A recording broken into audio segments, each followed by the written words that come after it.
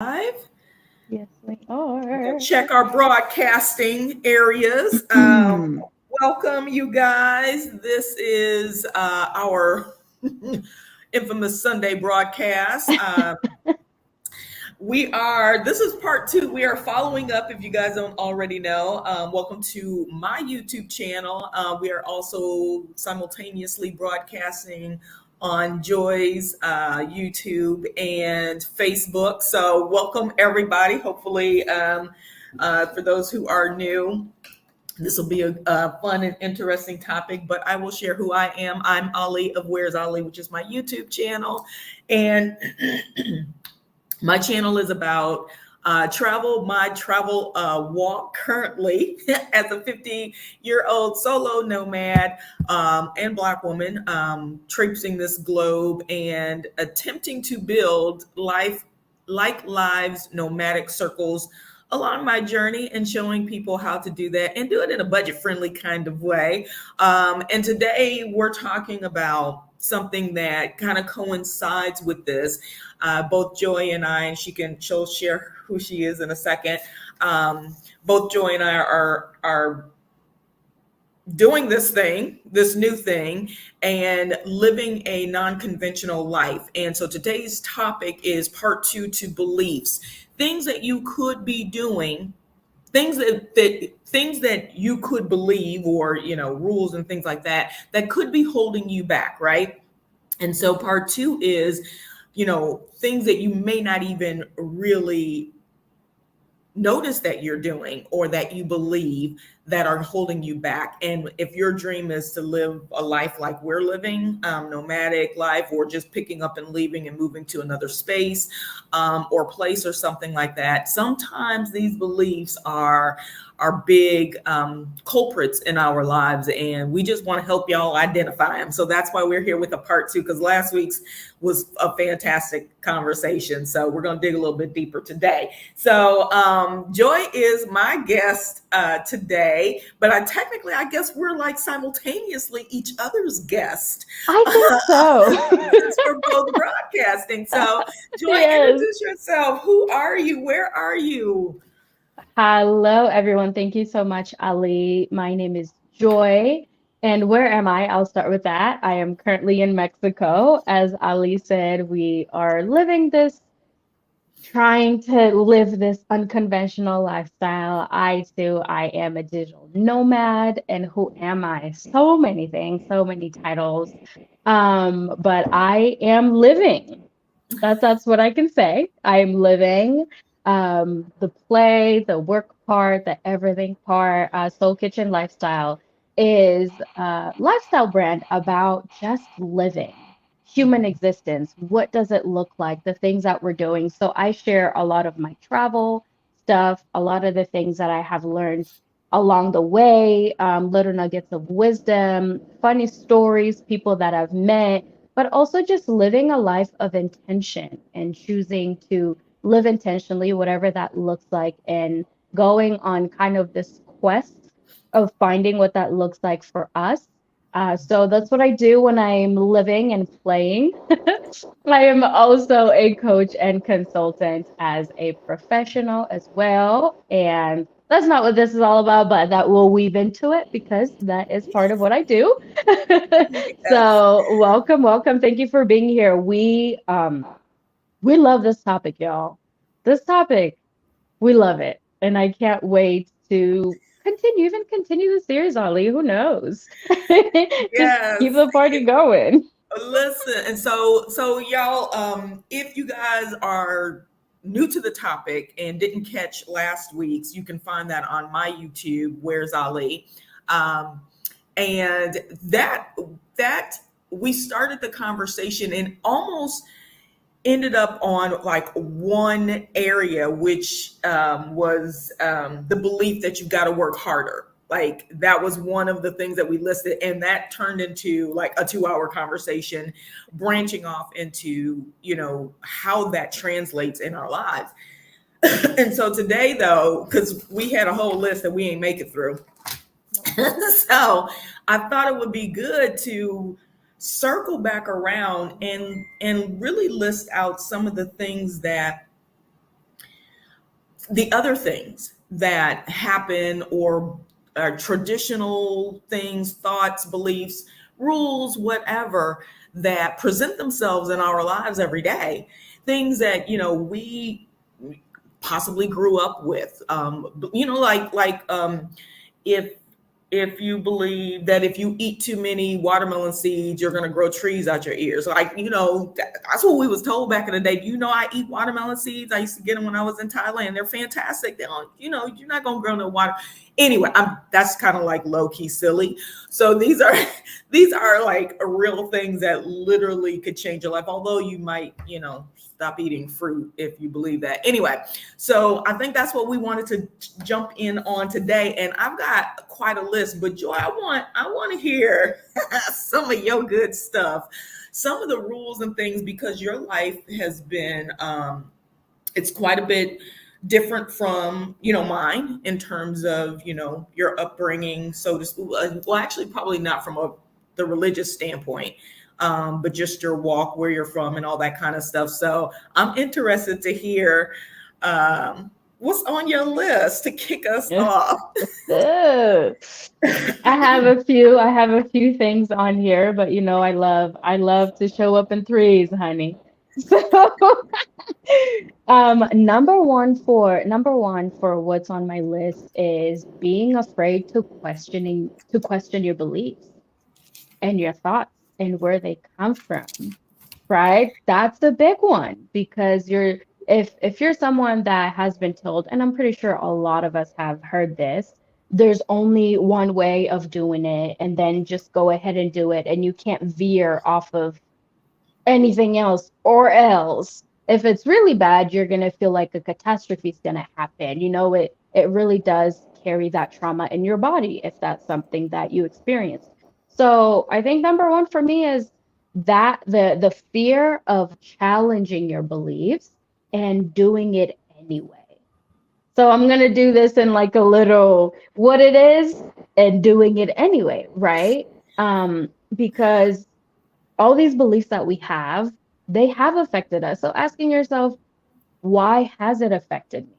Mm. And the caveat to that is not asking yourself how it's affected you, right? And Yeah. just doing things from default and thinking, I don't know, I just do it because I do it.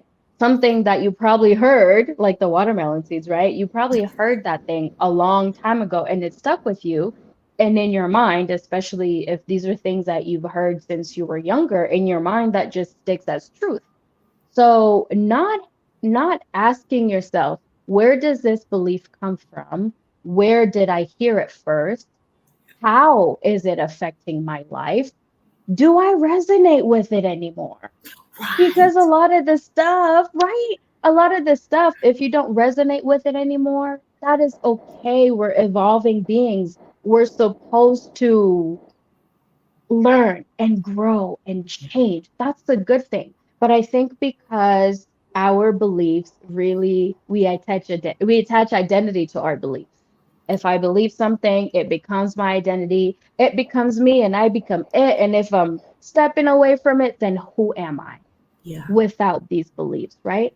But it's feeling the fear of looking at these beliefs, feeling the fear and saying, is there any other way? Right? Is there any other way other than me questioning it? And whatever question comes, whatever answer comes, being okay with it and saying, okay, well, maybe I used to believe that, but I don't believe that anymore. I wonder why. Mm. What in me has changed, right?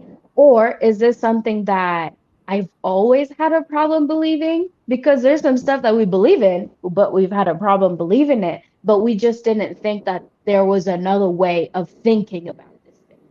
Right. So personally, that was a big thing for me. I had to start questioning my beliefs, even though as we were talking the other day, it would be looked at as doubt, especially coming from a religion standpoint. This is, it's doubtful. You shouldn't question that. But if something doesn't sit right with you, question it. Question it. Why not? Right? Worst case scenario is like, oh shit, that's not something that I really do want to believe. Best case scenario is like, wow, I know why I believe this thing because my mind, my body, and spirit really truly aligns with this. But I think that's the part that we have a problem with because we don't want to be wrong. And then even more, we don't want the people that taught us these beliefs, we don't want them to be wrong in our eyes, Yeah. right? We want to protect. Yeah, that it's like, are you being? I'm gonna add to that because Do I think it. your question then is the umbrella for everything that's gonna fall under today. Literally, it's also thinking, so questioning who taught us that am I disrespecting Yes. person? Am I, Yes. especially if it's family, right? You Mhm. know, or family or religious beliefs or something like that. Am I being disrespectful because like I can't get it, and Mhm. so how do you become your own person if you're attached to the possibility of the fear of disrespecting someone? Right. Ooh, that's a big one, Ali. That's a big one. Because Yeah. I think this also goes back to what we were talking about last week, the foundational of if I question something, it means that I'm being disrespectful. It means that there's only one way of being, which is like this. And if I go against it, then that means I'm doing something wrong. Yeah. When in essence, question everything, right? Because questioning it doesn't mean you're being disrespectful. It just means that you are either trying to understand or you see a different perspective. So, you know what, like when it comes to authority figures, let's say we can put parents under authority figures, right? Religious beliefs under authority figures. Question all of it because that is part of you becoming your own person. That is part of you realizing these are some things that work for me, these are beliefs that work for me, and this is what doesn't work for me anymore. Because you're becoming a full being, right? You're getting to know who you are, the things that you like, and it's not the same, even if they brought you into this world, it's not the same as your parents. And that's okay. Okay. Yes. Yeah, like In that's unison. okay. It's it's supposed to be like that, right? Because otherwise, if it wasn't like that, then shit, we would all be clones then. You know, clone of the same person. But it's this idea of agency, us having agency over our own lives. But if there's been so much imprint, maybe toxicity, maybe trauma, maybe like those kind of bonds, it can be really, really difficult. Actually, it is very difficult for you to go against the grain because now you're getting into the territory of my safety is being threatened, right? Mhm. Because if you go against these people that are giving you food, you're thinking, is baby bird gonna eat here? You know? Right. Yeah. Wow. Yeah, that's a great one to start. So, and you made me think of a quote that I try to do at the beginning of all of my YouTube posts, and that is, um, and it falls in line with what we're talking. Let me see. I'm just gonna read it because I always mess it up. It's okay to be afraid to let go of things that no longer serve you. Just don't get stuck in the fear. And so this is that whole thing. How do we move past things that have a place holding somewhere in our lives, but they're no Yeah. longer providing any, they're not netting anything for us anymore. They're just holding Mhm. space. And how do we release those things and then, continue on, even if we're afraid? So that's a fantastic umbrella start, because I think I was looking through my list as you were talking. I was like, I think everything fits under that. Mhm. Everything fits under that one, afraid to question your beliefs. Because if you're afraid to question your beliefs, you end up with a list of things that you're doing And, Yeah. think that, and I'm hoping as we go through this, maybe there are aha moments for people who end up watching this, or joining in or whatever. If you guys are on and you guys have beliefs and things that, you know, you may just realize, wow, this is something that I do today, or, I was always told that, and, I wondered about it, or, please share those with us. Cause I think, a big part of growth is, the accountability, of course. So we've got to be accountable, but a lot of times we don't even realize what we need to be accountable for or with, because we don't recognize certain things as problems, Mm, right? yeah. And so I think in having these types of talks and discussions, um, it's identifying things that we may be overlooking, right? And so that's why I think it's important to talk about some of these things, because everything ain't always peaches. Just because you grew up doing something all your life doesn't make it right, right? How do I'll give an example of, and this is like the kind of a far reach example, but people ask all the time how, people can be in abused situations. Why would a kid stay? Why would a kid, as a kid, fine, but as they grow older, why do they stay in the same situation when they can say something? When you're only taught one thing, even though it may look crazy on the other side, you think everybody lives like you. Mm-hmm. And so it's until somebody says, no, we don't get locked in a closet. Mm-hmm.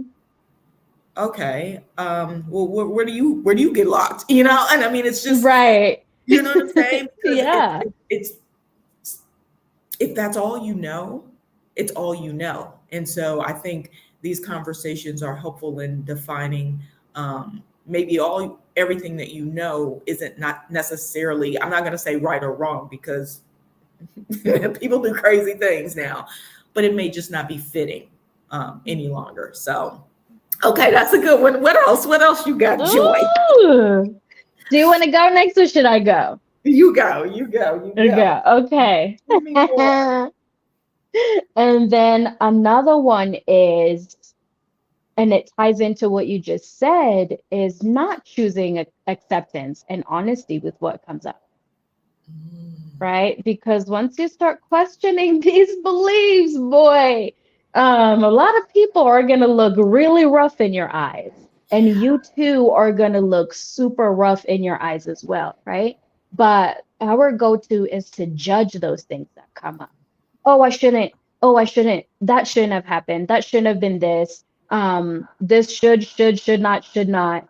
And I mean, I feel like for me, honestly, that was a big part because it goes back to feeling like you're disrespecting and you're Right. not honoring, especially if like these beliefs have been pillars in your life, right?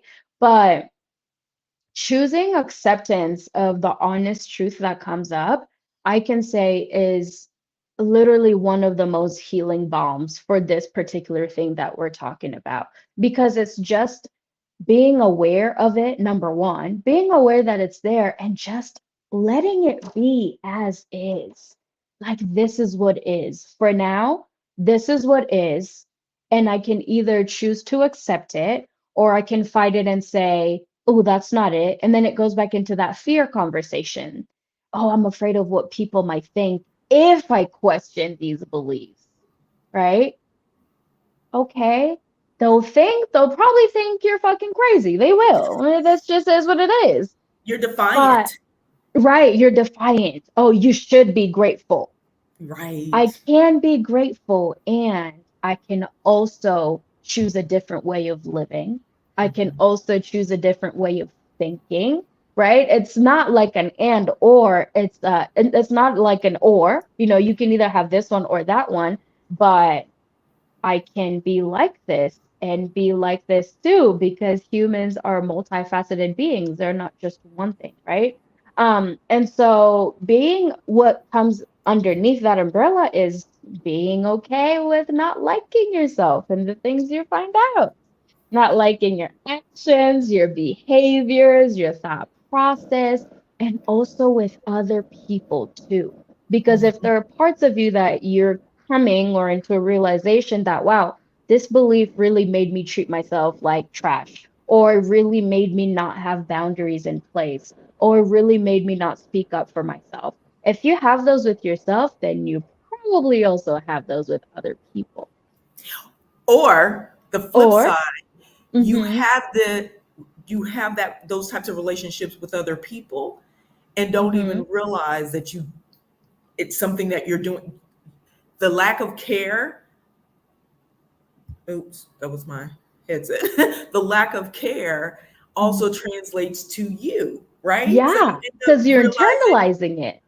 right, and you don't even know. So that's where, I think like all the self-care, um, Mm-hmm.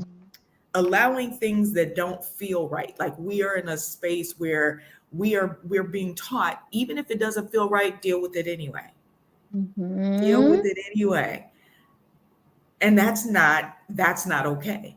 We have Yeah. become these uh we are being desensitized to Mm-hmm. our own feelings. And so then when we start talking about self-care and boundaries, because I know, let me tell you, this 4 years, that boundary thing, like, you walk around and you think like, I do this and I can take care of this, that, and the other, but people do walk all over you still. And you're like, why? How does that happen? It's only certain kind of people. Well, that means that you know how to stop some people, but there's something, this little alleyway that for whatever reason you let certain people in and you let certain people abuse or use you. Why? And who are those people? What Mm-hmm. does that? So what you're saying, like when you say you have to literally look at yourself and you may not like it, Yes. he'd be sitting there Yes. like, so, so what are we gonna do? Right? It's Mm-hmm. hard.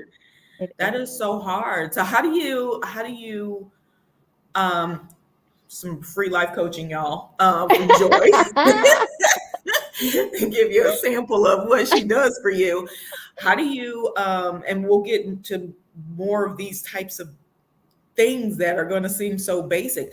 How do you see it first, or and if that's like a real complex thing, because that might come with counseling and some Mhm. coaching and therapy, things like that. How do you start to resolve it? How do you Mm. I hate to say the word fix, but screw it, how do you fix it? Right. How do you fix it? Because when you're at that point, you're really thinking that way. You're like, I gotta fix this, you know? You And the do. thing is, yeah, and the thing is, it looks so different for different people because we are at different stages of this, right? So fixing it might be the only term that you know how to use. You're not thinking self-care. Your mind is not even there. You're not thinking, oh, this means A plus B equals C. No, you're just thinking, yo, I have issues and I have to fix them. Like I Yeah. have to find a solution to what is going on. And I will say is keep asking more questions. Keep asking more questions and be very compassionate with what comes up, right? And I feel like these are terms that are just like thrown around. Go be compassionate. Like what does that look like when you don't even know what that looks like? Right. It looks like being kind to yourself. Yep. It looks like saying, wow, okay, okay, I'm seeing that. I see something that I don't like, but is there a part of me that can be okay with it? It doesn't have to be like full total, like, oh yeah, I'm good, I'm zen, I'm meditating. Like, honey, that's not how it works out at all. It doesn't matter what Pinterest, Instagram, TikTok is saying. That's not how it works out. Sometimes it comes into like the littlest step of saying, can a part of me be okay with this? Mm. And if it can't, holding it and saying, right at this moment, a part of me is not okay with it, that being okay, right? Not like judging yourself and saying, I should be here anyway, or I shouldn't think this way. Just that self acceptance. What it comes down to is starting to learn, what does self acceptance look like? And Mm, even if you don't know what the hell that looks like for you, then ask yourself, wow, okay, I don't know what that looks like. Why don't I know? Was this modeled in my home? Is this something that I learned growing up? Is there a thought, a belief? Did someone say something that made me feel like I couldn't do or be XYZ? You mm. get what I'm saying? So it, Yeah. it comes from like the little things, you guys. I think a lot of people think it has to be these grand gestures of now I'm finally at a Zen place where everything can, oh, let me just stop you right there because that is not, it's not gonna work, you know? And it's getting to slowly the core of these things. First, allowing whatever is there to just be. And if you can't allow it, try to accept it. And if you can't accept it, can you be okay with it? And if you can't be okay with it, can a little tiny part of yourself be okay with it? See, so it's like levels, like this big word, and then you go to the next level. And if I can't do this, can I do this little part right here? If I can't do this little part, can I do this tiny, tiny part? And I promise you, at some point, there is an iota of you, that inkling that can be okay with it. Because when you come to a point where you're starting to question your beliefs, it's like a sort of awakening is happening. Mhm. It's like a deeper part of you is calling you forth to wake up, to look at things differently. Maybe you don't like where you are currently, or maybe you do and you want to share with other people, but you're afraid of what that looks like. So it's like going to like the one underneath it. And then a few other things is allow yourself to be wrong. Yeah. Allow yourself to screw it up. Allow yourself to say all the wrong things. You don't have to get it perfectly. And I think that was the biggest problem for me, where I was like, I need to fix it. It has to be the right way. That I was Yep. like, that is so exhausting. And I don't even have the energy to do any of that. So, can I allow myself to be wrong and it be okay with it? Me to be okay with it because it gets to be messy. This process of uncovering gets to be and will be messy. So it's like, okay, can I embrace how messy it's going to be and how difficult it might be? Or do I want it to look a certain way? So, like, asking those deep questions and at the end of it saying, can I be okay with it? Hmm. However it comes out. Because Ali, I always say this, whether we talk about it or not, whether we're okay with it or not, these things are still happening. Life goes They on. That is not just right. a thing. Time keeps ticking. Yeah. Right. These things are still happening. So wouldn't it be better if you looked at them and then you're like, okay, well, they're still happening. I might as well talk about them because it's not doing me any good, right? I might as well see what's happening here because me not talking about it, me not questioning it, is not changing the core of what's happening underneath the surface. Right. Right. Yeah. And the longer we go, the more we got to dig out. Okay, so just start excavating right Yeah. now. And that's what makes it difficult, I think, to get started for some people's number one, you don't even know where to start. Um, a lot of times I think people get to that point of there's too much. That's like, Mm, where mhm. do I even begin? And I think giving ourselves some grace, number one, because as we start going through these processes, years go by. That's why people say, you can't. When people say, "Okay, fine, I'll go to therapy," they think they're gonna go to one therapy session and things is gonna be okay. No, you probably need years, especially if you're Yeah. an adult, Yeah. right? And if you've never gone to therapy or any type of coaching or whatever, you don't even. A lot of times, we say we want to do something, but our natural fight, you got to work through that. Like your therapist or coach or um, mentor, whatever it is, has to get through those layers because a lot of times we don't come in laying down. even though they got Mm-mm. that couch over there, and they be like, you know, go ahead and, you know, but it's so funny because it's one of the things when I was talking about my son last week and some of the things that I look back at, we did when he was in high school, when I was like, okay, I know there's things that I want to correct and I want to start. How do I start? And I had a friend who was a coach, and we went to her um, for life coaching.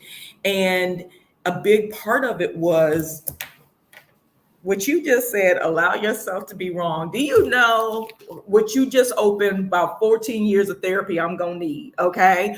Because I grew up in life believing and I don't know if it's a grew up or if it became more prominent as I got older or once I had a child, that I had to get it right. I had to, like I was talking about last time, I had to get it right. I had to, these ducks had to be in a row.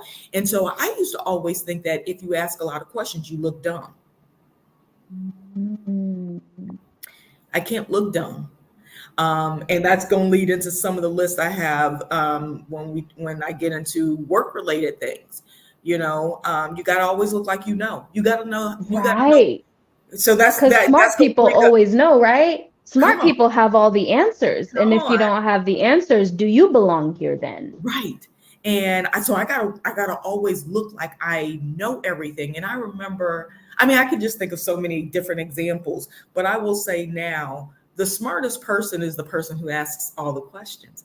And I remember this little girl in my son's classes and stuff when he was in high school. And for some reason, I was in some of the classes. I can't even remember why, but I remember she would ask these questions. And she was one of those girls that was always like just loquacious. Yeah. I could recognize it. But she would always and it would be the question she would ask. I would just be like, there's no way you don't know that. But what was happening, and then she ended up getting picked for different things later on. And I realized a big part of it too is that she was setting herself apart. She was being noticed because she wasn't afraid to look silly, because they tell us there is no wrong answer, there is no dumb question, but in essence many of us be like, that's dumb. That was dumb. And that's one reason why a lot of times we don't go for counseling, we don't go for coaching. It's hard to get mentors and things like that because we don't want to sit and feel inadequate. Right. Yeah. So yeah, when you said that, I was just like, oh, that's where we going today. Okay. And if y'all can tell, if y'all watching this, we clearly did not share notes and lists before. So I have no idea what's on her list. And so I didn't know she was going to do this. I know. But that's why I was like, let's start, because you got some good stuff. This is, I think those are really critical because, and those are like starters. Those are starters to even having a conversation around beliefs that could be holding you back. Yeah. Right? Yeah. Because how do you even get to that minute point if you don't even feel that you could be vulnerable? Or if you don't think you could. Yeah. It's not a thing that happens for you. You don't have the option. Right. Ooh. You don't have the option to be vulnerable. You're supposed to have your shit together. That's it. That's just it. Ooh. So when you don't have the option, okay, where do you go then?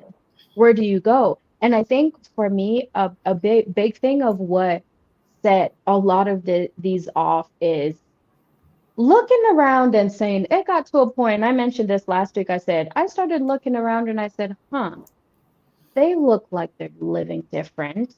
What's their thought process like? What do they think about, right? Because I grew up, I've always been an achiever, high achiever. Let's hit the ground running. Let's keep it pushing. It's all about the results, the goals, the blah, blah, blah, right? You didn't die, did you? You got there, right? Okay, let's get there. And then come to realize, all that was a trauma response. It was tied to my worthiness, my not enoughness, how much I needed to be all these things for someone to say, I see you, I love you. You know, all the things that we need as human beings. But it's getting to a point where you start, because when you start questioning your thoughts and your beliefs, and then you start looking around and you say, huh, well, they're living different. It looks like the results that they're getting. Okay, what made them think like that to get to where they are? You might like it, you might not like it, but guess what? You learned something new about someone else, which usually helps you learn something new about yourself. So looking around and saying, I think this way, but I guess there's another way of thinking, which goes into the options, Ali, because when you look around, like that little girl, in her mind, she had all the options. Being vulnerable, speaking her mind, that was one of her options, right? She probably didn't think like a lot of us think, or maybe she did, we don't know her story, but she wasn't limited.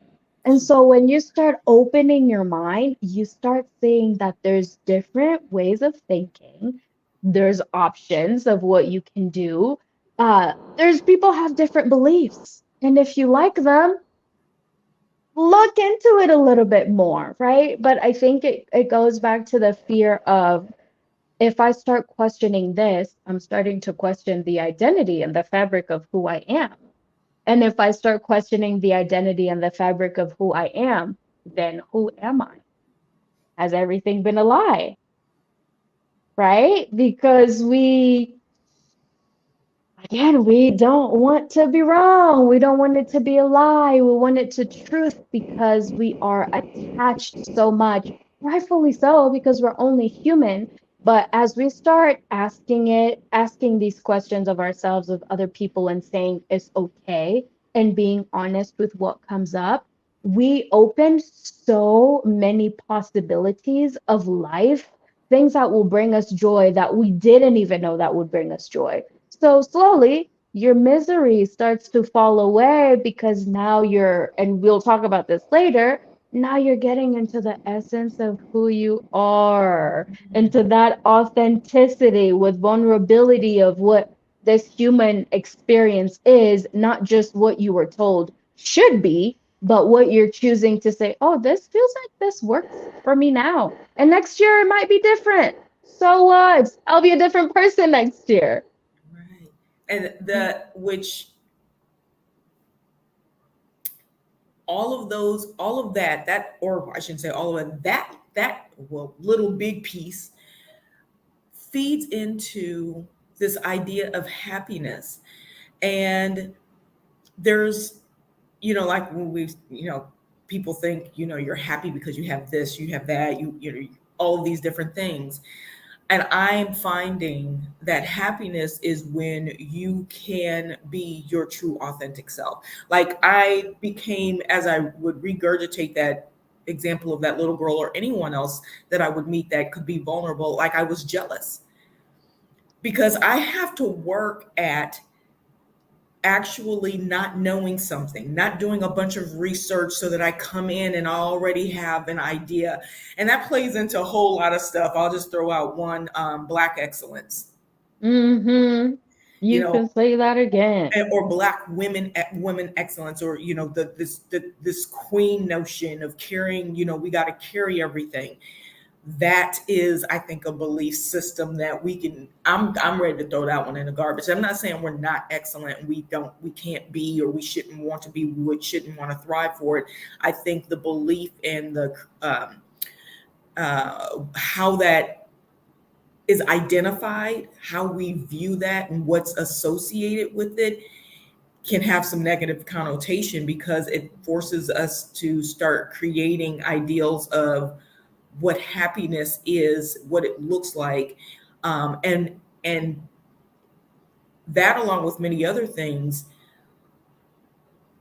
I think take us away from identifying who we actually want to be.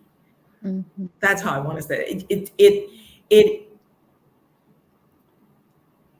Yeah, it keeps us from actually going down a path that is driven solely by who I am, because I don't know who I am and what I actually want. So when people are like, "Oh, I want this, I want that," you're like, "Do you really?" Mm. And maybe you do, but maybe Yeah. you don't. And maybe you Mhm. do because you saw it. Like, how many times have you, like, literally, you'll have the TV playing and you got to get up and go somewhere, and you put on some clothes and you think later on, I literally dressed just like a commercial that I was watching. Yes, you've been programmed to think that's what you should. Yeah. You Yeah. see it, and that's the whole Yeah. point of commercials. That's why you go in the store and buy Totinos, you know, because the little kid went and got in the fridge, whatever, right? And it's like all of this programming and stuff, beliefs, programming, Yeah. all of Yeah. this programming that we go through life receiving and not knowing which parts are okay to throw out. Okay, I'll keep this one, throw out. And I think that's why I've gravitated so much to Kabbalah, because it was teaching about a higher power and all of that, but it also taught about internal power. And the one example of that is take what resonates and leave the rest. Mm. You have a right to take the parts Mhm. that fit. I Mhm. got really into reading Noggle stuff, Intent. That's why I love Carlos Castaneda books, because he really spoke from what probably a lot of people would think is he's hot. He was high, you Mhm. know. But when we talk about people with multiple personalities and people who are under the influence, the reason that they're so different is because they've tapped into that Lucy part of their existence. Mhm. They've crossed over, like in Wonder Woman, when that wall separates the ugly part of the world from the Amazon, and you go through this thing, you're like, wait a minute, did I just stick my hand? Right? And that's what Yeah. happens is now you're more clairvoyant because you Mhm. actually have the space and the capacity because you don't have the limits, right? And so when we start thinking Yes. about things from that perspective, you know, um, you start to figure out whether or not you truly know yourself or not. Do I is and that's why a lot of times, like you said, next year I may want something different. I may change. So being okay, being wrong, allowing yourself to be wrong, and also being okay that you may change. Yes. You could change your mind, but do Yeah. it the right way, right? Like I think that happens a lot in this day and time. A lot of people change their mind. If we just look at divorce, right? And I didn't even say marriage. Just said divorce. Just cut to Before. the chase. How many people are getting married because they think they have to, right? Yes. I Mhm. can't have kids unless I'm married. I can't, I won't be set for life if I'm not married. Okay. We Mhm. won't get into that today. Um, there's, all of these things. And then all these people are getting divorced, and we're sitting on the sidelines devastated because we can't believe they getting divorced. And we just like, oh, wait a minute. Maybe it's not necessarily what they wanted in the first place. Maybe they did it Mhm. because they felt they had to.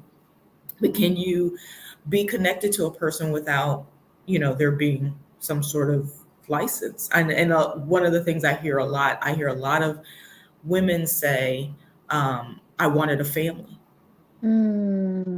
Wow. And you hear a lot of men say, I wanted the purity of, or I wanted, like that idea of possession, you Mm. know? Um, Mhm. and so that's, to me, one of those beliefs Ooh. that are programming that we have, that in order to be successful in certain views, um, status, and all of that, that's one of the criteria. Have we ever knowingly had a president who wasn't married? Mm. Can the American people accept Accept it. a president who was not married? Think about it. And then thinking about, also, I'm going to add on to that what that signifies. What is it about marriage? What is that significance? What does that signify? That person is a family man? also with ourselves. So that's like broaden the community. And then with our own selves, I want a family. Are you wanting to recreate the family that you didn't have? What do Right? you? Or I want possession. I want to have something that's mine. Are you trying to recreate something that you didn't have? Have you not felt that you could have anything, or you could be in control, or you could be the man, or you could have the strength and the power? And this is something that makes you feel all of those things. And so, because that's the only thing you just go towards it without questioning it because that's all you know. There's no other way. So Right. it like goes so much deeper, and it starts like this process really just starts to blow your mind. And that's why they say it's not easy. You are allowed to take breaks. You are allowed to be like, fam, I'm done excavating. For the next 2 years, I'm gonna be asleep. Let me pause, right? And I think there's also so much of that when we're talking about being in therapy and this personal development, self-development, blah, blah, blah. A lot of people don't realize that this is a lifelong process Mm-hmm. because it's a choice of the life that you're creating for yourself, who you Yep. are being, right? There isn't like an end destination. The end destination is not you looking like what we're doing. The end destination can be so different for you where you realize, wow, this is what I really true value in my life, and not, oh, if I look a certain way, then that means I've reached, right? And then even questioning it. And Yeah. Ali, I love something that we were talking last week. This question that I always ask myself when it comes to beliefs, when it comes to myself, what I believe, what other people believe, what I see in the world. I ask myself, who is this benefiting? Who is this benefiting? Right? Because it can Yes. be so easy to just go from one pattern, use the same pattern, but now it looks different. It wears different clothing. It drives a different car, but it's the same thing, you Yes. know? And so being okay with excavating and whatever comes up, saying, okay, well, this is what's going on. I like it or I don't like it. And also, which is a thing that is not talked about a lot, is the grieving process, Mm. the grief of what you think should have been, what was Ooh. supposed to be, the person that you thought you were supposed to be, or even the person that you are now, if it doesn't truly align with who you want to be, right? And we don't talk a lot about grief because, we don't think that these are like it's a loss, but it is a loss.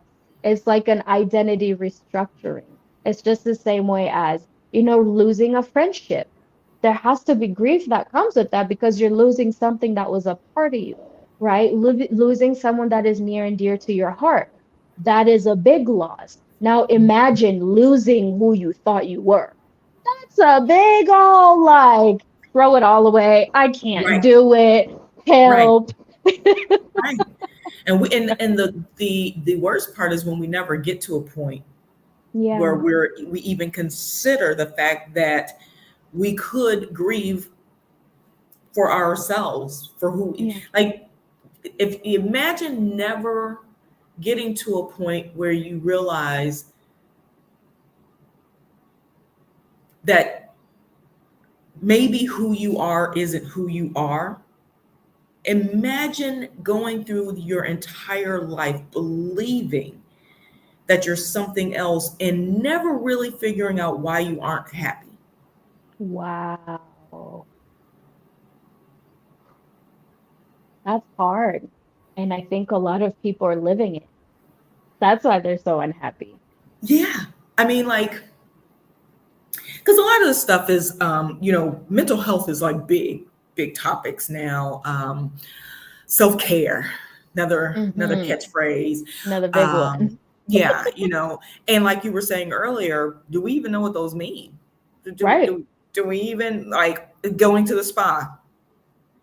Yeah, but I define it a little bit different because I can go to the spa and still not know who I am, right? Or know or not understand why I needed that spot outside of, my shoulders hurt. And so somebody's going to work out the kinks, right? And not associating them working out the kinks with what caused the kinks in the first place. So one of the things that in my work life, when I was in corporate America, especially the last couple of years, and I knew that I just had to get out, is my body became,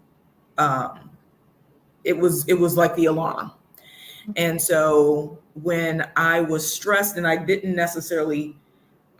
necessarily feeling like this stress, like, attack or anything like that, but my body would naturally, that's why literally the other day I was like, I feel like I'm lopsided. I need an adjustment.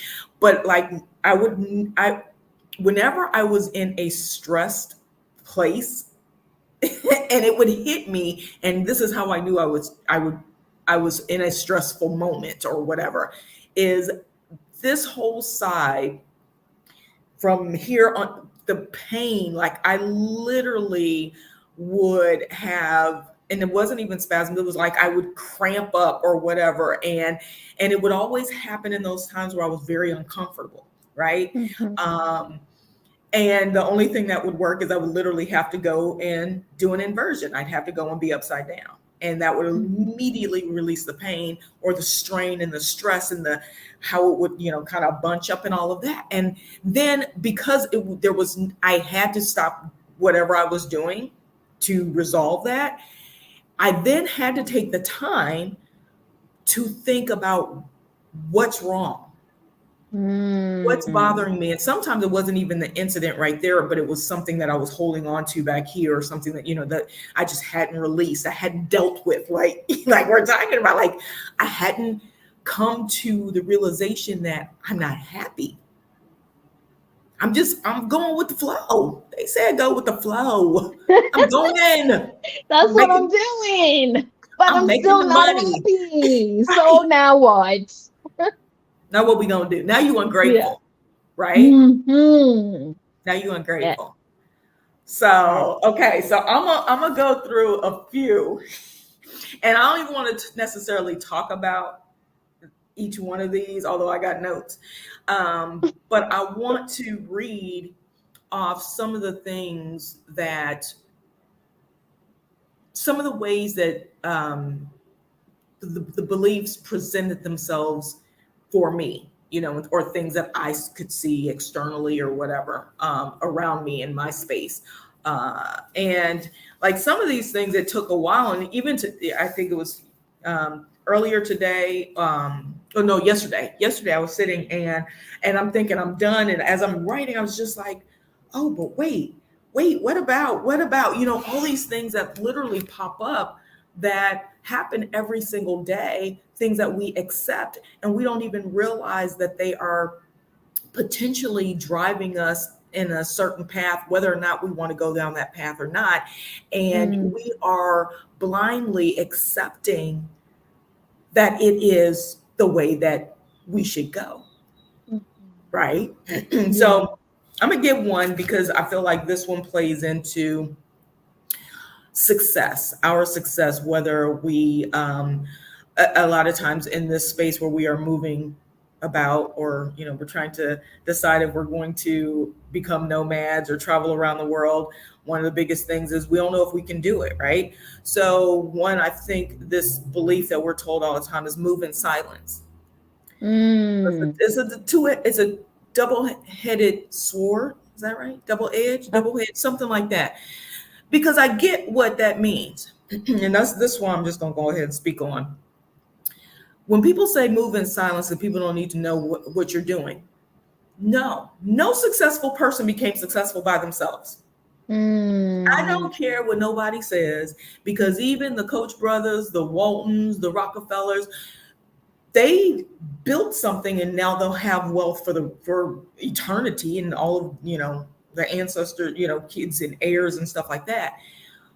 But they did it because they figured out how to collectively do things in their group, right? They went to certain people. You think Warren Buffett doesn't have a a group, a staff, I don't know what they call them. Like a mastermind, Right. right? Peers, mastermind. Yeah. Right. How did Apple make it? How did, Yeah. when we talk about Bill Gates and, uh, Jobs and Steve Jobs and, all of these people, they had that one or two. Now, it wasn't a big circle. That's why I said like lives, nomadic circles, because it's going to be smaller groups. The problem is what we do wrong is we tell the wrong people. So we tell people who are not our future. We Yeah. tell people who don't have the same vision, and they don't have to want to do the exact same thing as us, but they're not even trying. Like I posted this guy talking about the specific thing. He basically says, you can't, if you want to succeed and go to the next level, or you want to be financially settled or stable, or you want to have some growth in somewhere, you can't be with people who are not successful in those areas, right? You can't literally, we're aligning with the wrong people. That's probably the easiest way to say this. So when they say move in silence, they may move in silence from the people that are going to bring you down and not support you. Mm-hmm. But one of the things that I learned, and this is part of what we're talking about here with this being okay, being wrong, being okay, uh, going to coaching and stuff. How do you build a successful business or figure out how to take the steps if you don't have support, if you don't have coaching, if you don't have guidance? How do you do that? So you can't move in silence. You just need to pick the right aligned people To to move be with with. you. Yeah. Mm-hmm. So Yes. that was one. I was like, that move in silence is Ooh. BS, right? Can I add on to that, Ollie? Please, Because I feel please. like, honey, yes. And I think um, a lot of us start to feel guilty. We feel like we're leaving people behind. Because we are. Right. You are. You are, And it's like you are because you want something different. And if they don't want something different as well, it's okay to leave them behind. They're on their own journey. That's okay. If they want to come, cool. If they don't want to come, that's okay. But because we feel so attached and like we owe these groups of people and communities with people, we don't even make the room to allow the people that are supposed to be in our lives to come. So, because that space has been taken Yeah. by these groups of people, that you love, obviously, because, you want to be attached to them, you want to be a part of it, but it's taken by these groups of people, experiences, jobs, so many things that are not moving you forward if that's what you want to do. And by Ex- moving forward, we don't just mean like success in terms of money, because we get to figure out what success looks like for us. If you're someone where part of your success, and this goes down to defining your success and questioning the beliefs about success of what they are, if you're someone that you really feel like you want to have a good, healthy marriage, for instance, right? You have to start surrounding yourself with people that have good, healthy marriages. You have to know how the hell it looks like, because otherwise, where you gonna get it? What's gonna happen, right? You're tilling new ground. You're starting to pioneer a different way of being and doing. And so now it goes into the uncomfortableness of saying, okay, I get to let this go because this is what life is requiring of me, or this is what I'm requiring of myself.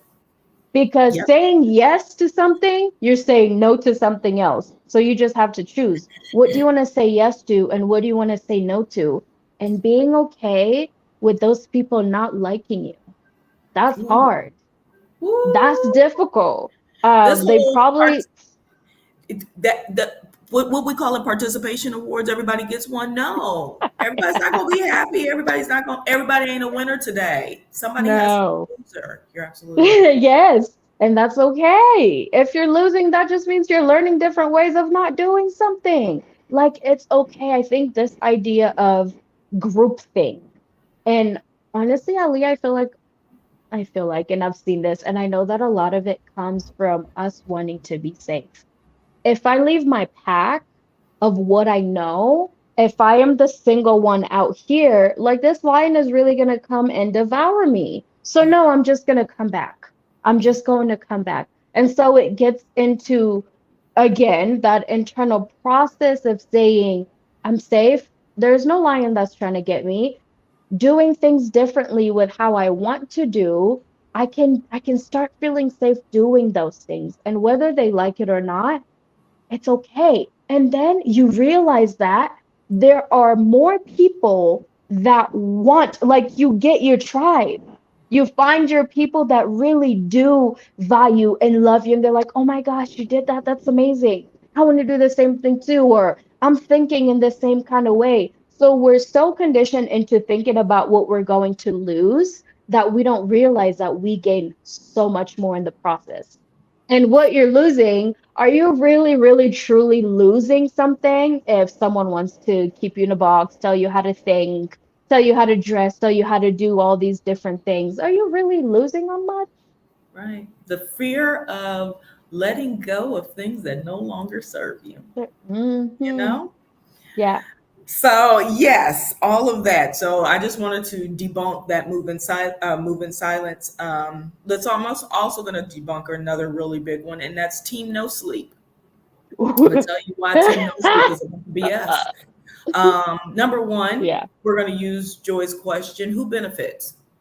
So some people will say you will, and some people say, when you start your own business and stuff like that, you probably have sleep fewer hours, and that's probably true, especially if you're brick and mortaring it and all of that. Yeah, I get that. But one of the things that I want us to understand is that biologically, we know that you cannot be successful long term without sleep.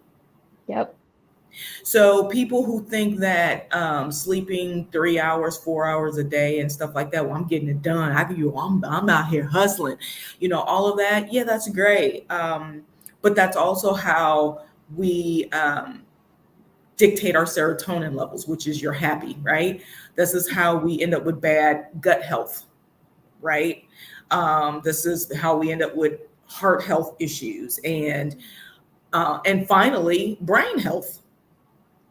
So if you're not getting any sleep, your brain is not being allowed to kind of replenish itself. Your skin, all of that, like our bodies go through a whole rebooting process during sleep, and if you're not giving it enough time, you only gonna have so many team no sleep, you know, years to your life. And for a while, I'm sure we could probably associate that to certain time frames when we specifically know from the U.S., life expectancy had dropped tremendously. I'm sure it was a time when maybe Great Depression times and people struggling, you got mental stress, all those things. And so when you're not sleeping, one of the things we know, if team no sleep is such a good thing, then why do we tell our kids they need 8 hours plus? Wow. Yes. So when you get Yes. older, you need less? No, you actually need more because you have more thought. You're doing a lot more. Your body is going through a lot more. And then talk about women. We have a thing that we go through every month for, over 40 years. I'm counting. Trust me. I'm just trying to figure out. I'm losing pints of essence stuff. I don't know if it's appropriate to say blood on here, but this is something that Right. we go through all the time. And we literally are shunned and pushed into now they have a name for it. Oh, she must be, team, she's being a beeb, so she must be on her, it must be that time of the month, instead of allowing grace. And even to a point where we as women look at it as a negative thing. Yeah. We don't want to go through it. Oh Mhm. my God. We don't, because it's painful and it's annoying and it goes on forever. Like I'm at a point, I'm just going to veer off here. Why can't I say, okay, so I'm done having children. Like I can go in and like click a little something and it's like, okay, it's over. Like, why do I have to wait for my body to say now, okay, I'm done. I don't want to have children. Like, I don't want no more. Like, so why am I even going through? Yeah, okay, that was a whole thing, right? But that's that attached to this idea of showing your greatness by never sleeping. You always up, you up before everybody else, and you work hard, you this, and that's it. That's that work harder. But we also have to learn how to work smarter. Because if we, one of my favorite movies, The Abyss, when they were trying to offer them all this pay to go and find the submarine and all this stuff because something had happened and everything. And the guy was like, what good does it do if, we can't spend the money because, something falls off or whatever. Right. He's like, what good does it do? And a lot of times we don't think about that. All we're thinking about is that immediate gratification, right? But how do you even get immediate gratification if you're exhausted all the time? Right. And you can't even think. Right. So does it help? Does it even work for you? For someone that used to be team no sleep, y'all, just don't do it. Just don't do it. Because Put here's my the usher thing. finger up. We're passing the basket. Because the thing is, guys, when it gets down to a point where you're so conditioned and so programmed to literally take away a necessity for you to be alive,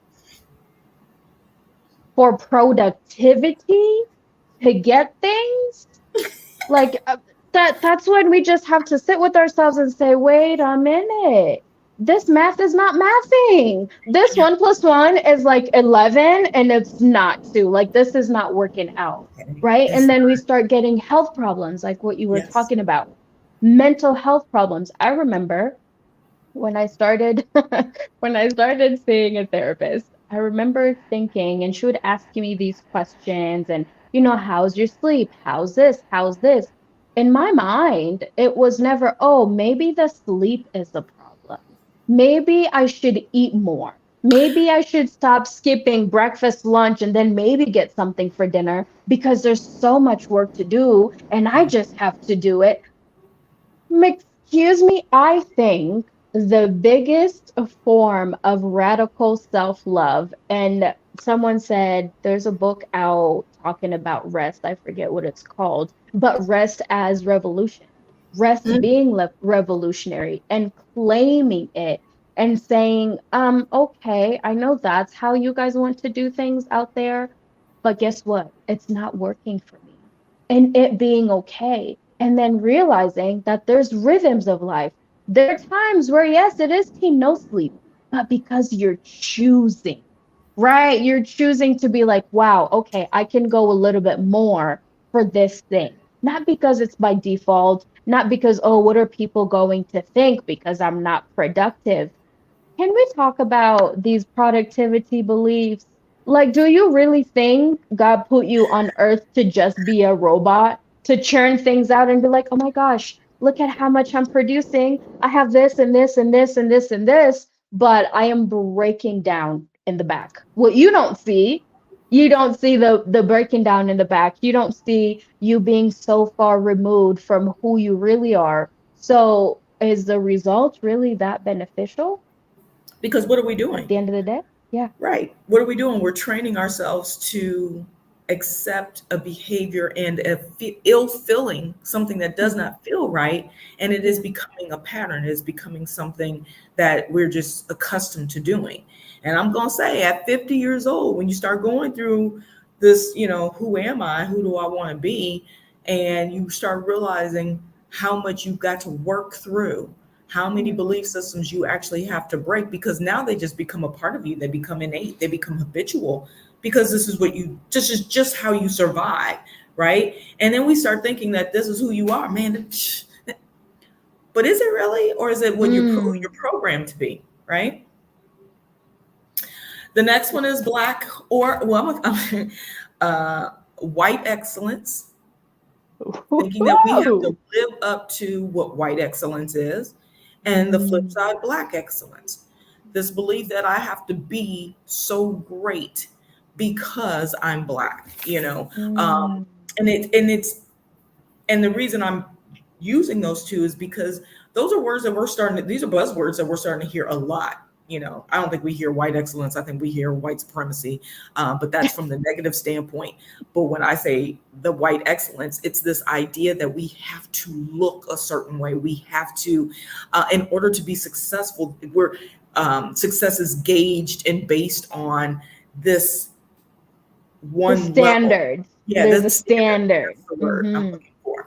And thinking that we have to, and let me associate it with, for example, in a Black community kind of way, one of the things that we really pushed or, would strive for is having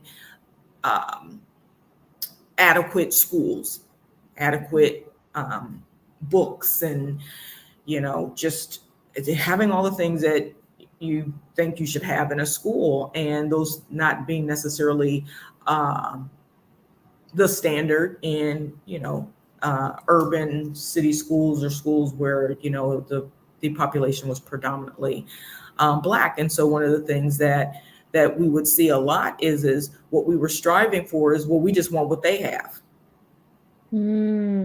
Wow. Right. Yeah. And so when you start wanting what someone else has, you start to lose yourself and forget what it is that you actually wanted in the first place, right? Which is why we accept so many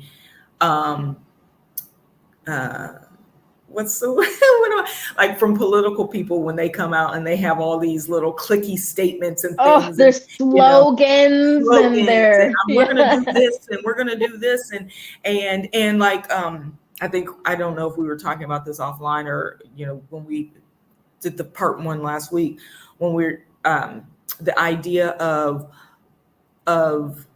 you go in with a specific ask, but you're rewarded with example, you know what, we need to do more in making sure that tax dollars are spread out evenly and infrastructure happens over here. And yeah, I hear you. So what the city then does is politicians now make a commercial and it's got Black people in it.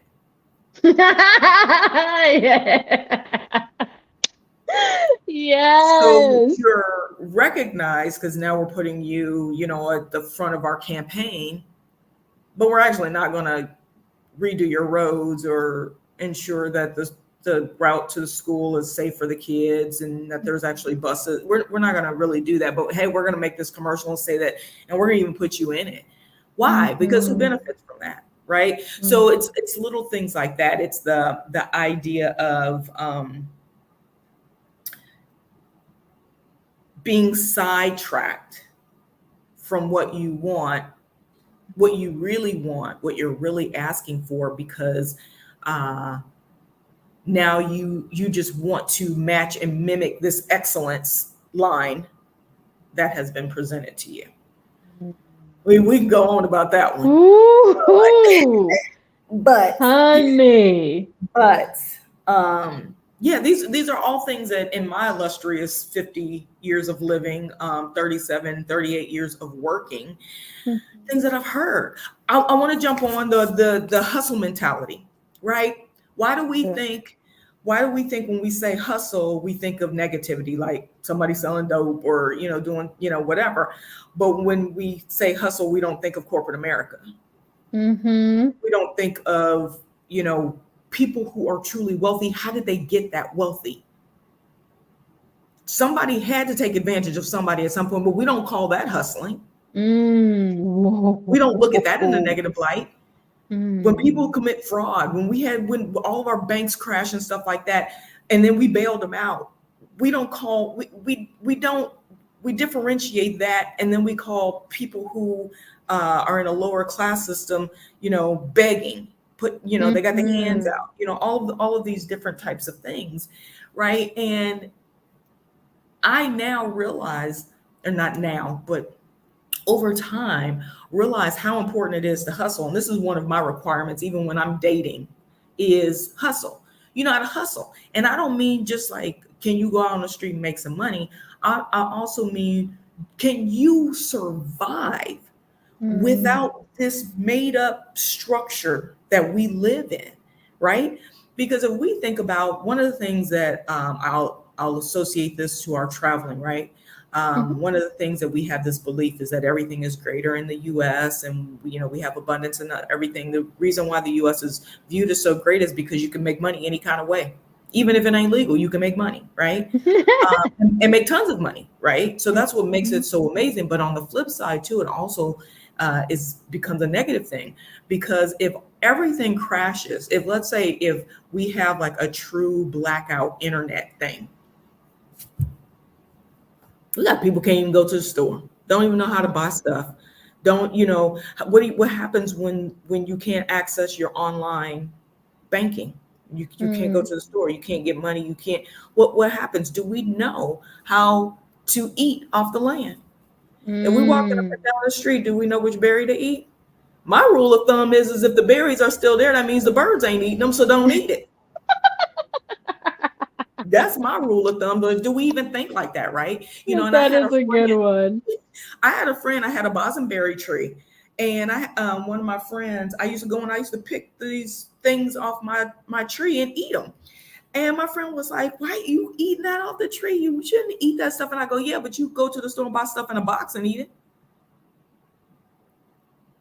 Like you will eat things from a box, and that's okay. Like nobody questions and looks at that as a negative thing, right?" And so we have this negative association with hustling, but don't realize. And so what we then do and I'm gonna tell you one thing I hate when people say third world, first world, third world, all of this other stuff, right? And I go, no, what we're talking about is development or infrastructure, right? Let's actually use the appropriate terms, because who benefits from us saying first and third?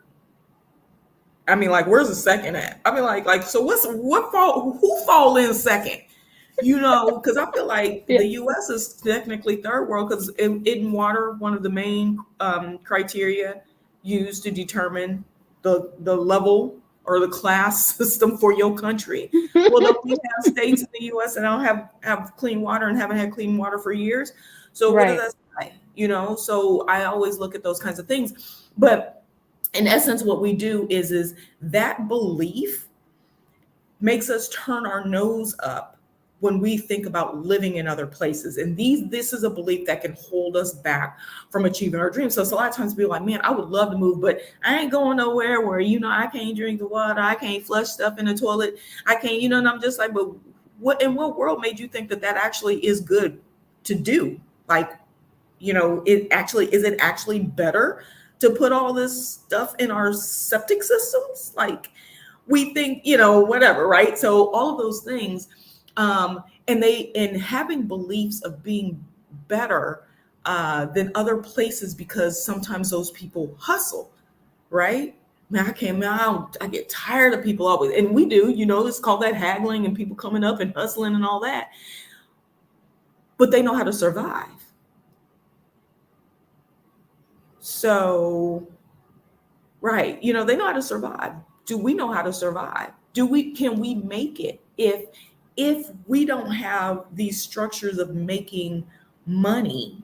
Like I love the idea that I can come on and hopefully build up my YouTube channel and start getting paid from YouTube. I love that idea. That is fantastic. Well, why not, right? But if I don't have that, do I know how to make it? Can I make it, right? So, the hustle mentality, the negativity that having a hustle mentality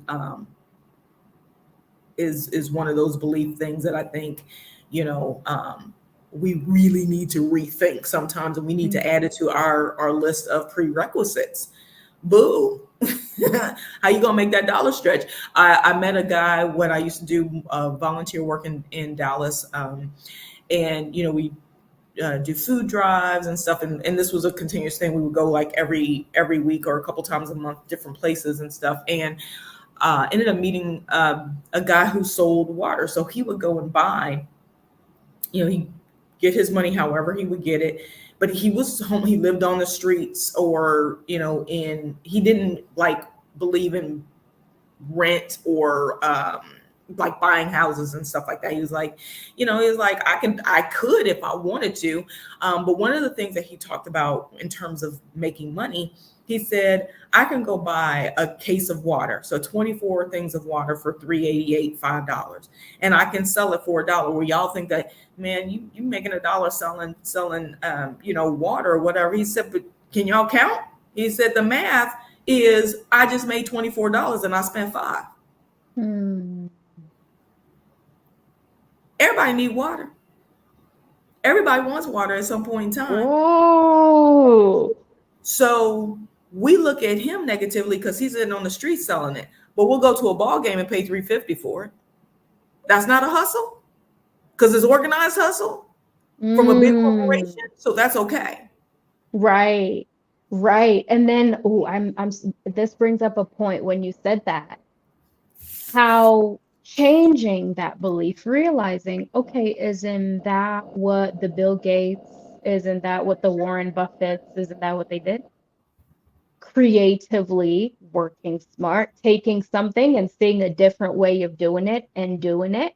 And so whether you want to call it hustle or innovation, right? Yes. Right. Hustle or innovation, you're taking something and you're creating something else out of it. I really like that you brought this up because Ali, hustle for me has always been that, okay, you got to keep going, don't stop, got to do it until you die. Rest is for the lazy or whatever. You'll sleep when you're dead type of bullshit, right? So for me, that is like the hustle mentality that I am not okay with, because I'm like, but do you really? Do you really? There's someone I mean, I'm pretty sure that's not all that people are doing to survive in this world. There's some people that have found a way to work with what they have to create even more from it. So it being called hustle or innovation or whatever it is that it's being called, I feel like personally, it's the intention behind it. Why am I doing this? Like that guy, he's not out there, selling the water like he was selling. He's not out there doing it because he's like, oh, I have to do this so people can see how much work I'm putting in. He don't even care. He's like, I'm doing this because this is what I want to do. Mm-hmm. Whether it's to put food on the table for myself or to just live an alternative lifestyle that works for me. This is something that I'm choosing to do. But how many of us find ourselves doing things that we really do not want to do? And we don't even remember why we started doing it anyway. It's not bringing us any happiness, but somewhere, somehow, we were told that this is what you're supposed to do because it pleases, or it gets to this standard that you have never seen, you don't know what it looks like, and so no, you just keep doing it over and over and over again like a hamster on a wheel without even ever questioning it, because there's no other options. That's the only way. Or the other options, it's stupid. You shouldn't do that. Who does that? You blend in when you blend in. Mm-hmm. And Yes, sometimes it's safer to blend in, right? it's It's safe. comfortable. Yes, People because will like you when you're blending in. that's the whole thing with this excellence standard, right? Mhm. You got to look like, we've been programmed to believe we've got to look like someone else. And so I'm just going to go ahead and jump to that one. Go in there. I'm gonna go to this whole, what did I call it? This belief as a Black woman that I need to wake up and my hair need to fall into place. Wow, wow, wow, wow. Like, I spent all my life hating the fact that if I lay right here, this is how I'm gonna wake up, and when I walk, it's gonna be like this until I, do something. Fluff it out. When that wind blow and it do this, like, it's probably PROLLY, is probably gonna stay like this, right? But and not and one of the things I used to always ask is, or wonder about, is when you start presenting other norms, other things as norms, see like this piece, right? Like it's just like it's so, until I do something with it, that's what it's going to do. But things were beautiful until we presented something else. And that something else was, ooh, right? And then it becomes, well, that's the norm that you have to aspire to. And as a Black woman, like I want to debunk this one so badly. Number one, because we're in this whole natural hair movement thing. Like we're really just like, you lucky if I put a brush to it. But one of the things that just frustrate me so much is so you're telling me I can't, like, even in our own community, one of the things that I hate that drives me up a wall is when I hear a man tell me that, my hair isn't kept, or when am I going to straighten it? Or, your edges looking a little, no, my edges look natural. This is how they grow out of my head. This is what the Lord made, right? Okay. And those things just, and in the beginning, yeah, it would like make you cringe. But what I and many others did is we would fall in line. You go get a perm. So now we're putting chemicals in and all these things that impact us in a negative way. And the reason I ended up going natural and stop, well, I shouldn't say natural, but I stopped perming my hair was because someone asked me a question. This is why I started my beauty and bath line. Somebody asked me a question, or I shouldn't say someone, but it used to come up quite often, the comment that women are crazy. And I said to myself, is there some truth to this? And the reason I questioned it is because I had started looking at one point in time, the FDA had a link on their site where you could go and actually read every ingredient that you see on boxes on products and things. You could actually go look at FDA and see if it was regulated. So out of millions and millions of ingredients that are used in different products, only about like 88,000 or so are actually noted in the FDA. And that's when I learned, and this was, what year is it? 15 years ago, 20 years ago, or something like that. That's when I realized that the makeup industry is not regulated. It's still ain't regulated to this day. So there are certain ingredients that if you put them in your products and it's an FDA listed ingredient, then you have to list it. But one of the things that happens in the US is we think that what we see on an ingredient list or box, I thought I had something, that's all that's in it. No, those are the things that the FDA regulates that you have to list. It doesn't mean that that's all that's in it, because one of the things they used to make lipstick with was whale blubber. That's not on there. That's natural though. I'm just gonna say. I'm not saying, it's something that the Eskimos would use. They actually use the blubber from whales to moisturize their lips. This is back in the day, right? But one of the things that made me start creating my own line is, number one, I couldn't pronounce anything. Like I couldn't pronounce any of the ingredients, which means that it's synthetic. Right? It's a man-made ingredient. And if it's a man-made ingredient, then how do I know what it is? And a couple of the things that they would say is, were deadly would be like propylene glycol. Anything with glycol on the end, you kind of got to be mindful of it. But things with CIDE, NIDE, XIDE, things like that, pay attention to, right?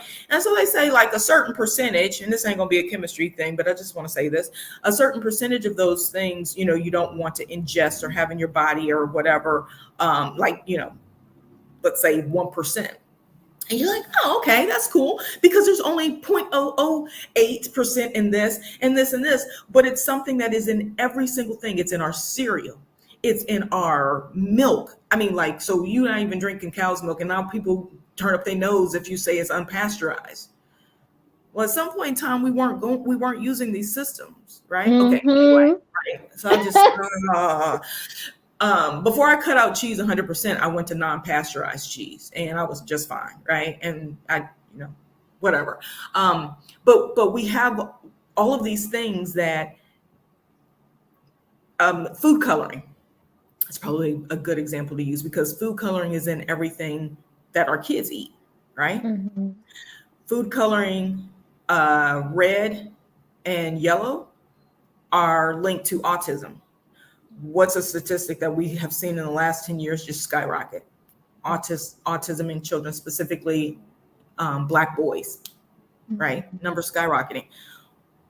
Where do you, if you look on the back of potato chips, Cheetos, I'll just say it, that orange coloring, all of that, that's from a red and a yellow mix, right? Candies with hard shells, gummies, all that stuff has Cereal, that, okay? Captain Crunch, all these different things. Polysorbates. I try not to buy stuff with polysorbates. And I realized that the stuff that was in my hair products was in my food. And I was like, so y'all putting gasoline in food? Because that's pretty much what it is, right? And so when you start to add all these things up, and one by itself isn't harmful, but when you add all of them together, aren't we starting to get to, toxic levels, right? So when someone says, are women crazy? And I started, looking at the ingredients in our perm, not to tell anybody you should or shouldn't. This was what I did. This is, how I transitioned. And I started going through the stuff. The first thing, lye by itself. So people start buying no lye perms and stuff like that. And you have to wonder, well, what the hell? And why do we need this? And who created the first press and comb? Because when I got my first perm, it was called press and comb in a jar. So we got away from just straightening our hair for certain events with a hot comb, right, to using a chemical to straighten our hair that was burning our scalp. We know that our skin is the biggest organ in our body. And what if we're putting it on our head? Yeah, you got a skull that, you're hoping can keep things out, but we're literally directly putting things in the closest place to our brain, not even thinking about it. The chemicals in our lotions and creams, because we want to smell good. We love that fragrant smell, but it's synthetic. There is not a strawberry that you can buy that smells like strawberry fragrance. Like it just doesn't smell like that, right? Because it's natural. I mean, it tastes like it, but it doesn't have, you know what I'm saying? So people don't realize that real raspberry flavoring, the flavor of raspberry comes from otter's poop. Wow. Yeah, that's why I stopped eating raspberry. I was like, no, unless the flavoring, like if it said like raspberry filling or something like that, they create and I was just like, why come we can't just use raspberries? Right.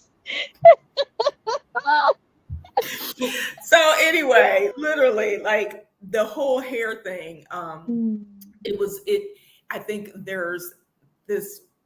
I know that there's this belief system around hair, and I really would love for us as Black women to be okay wearing our hair, whatever's comfortable. Like I don't have to want to walk around and my hair is all over the place like that. That's not cute to me, but I also don't want to feel like I have to perm my hair. I don't want to feel like I have to do those things to be accepted. And I did it in corporate America, and I wore fake hair a lot.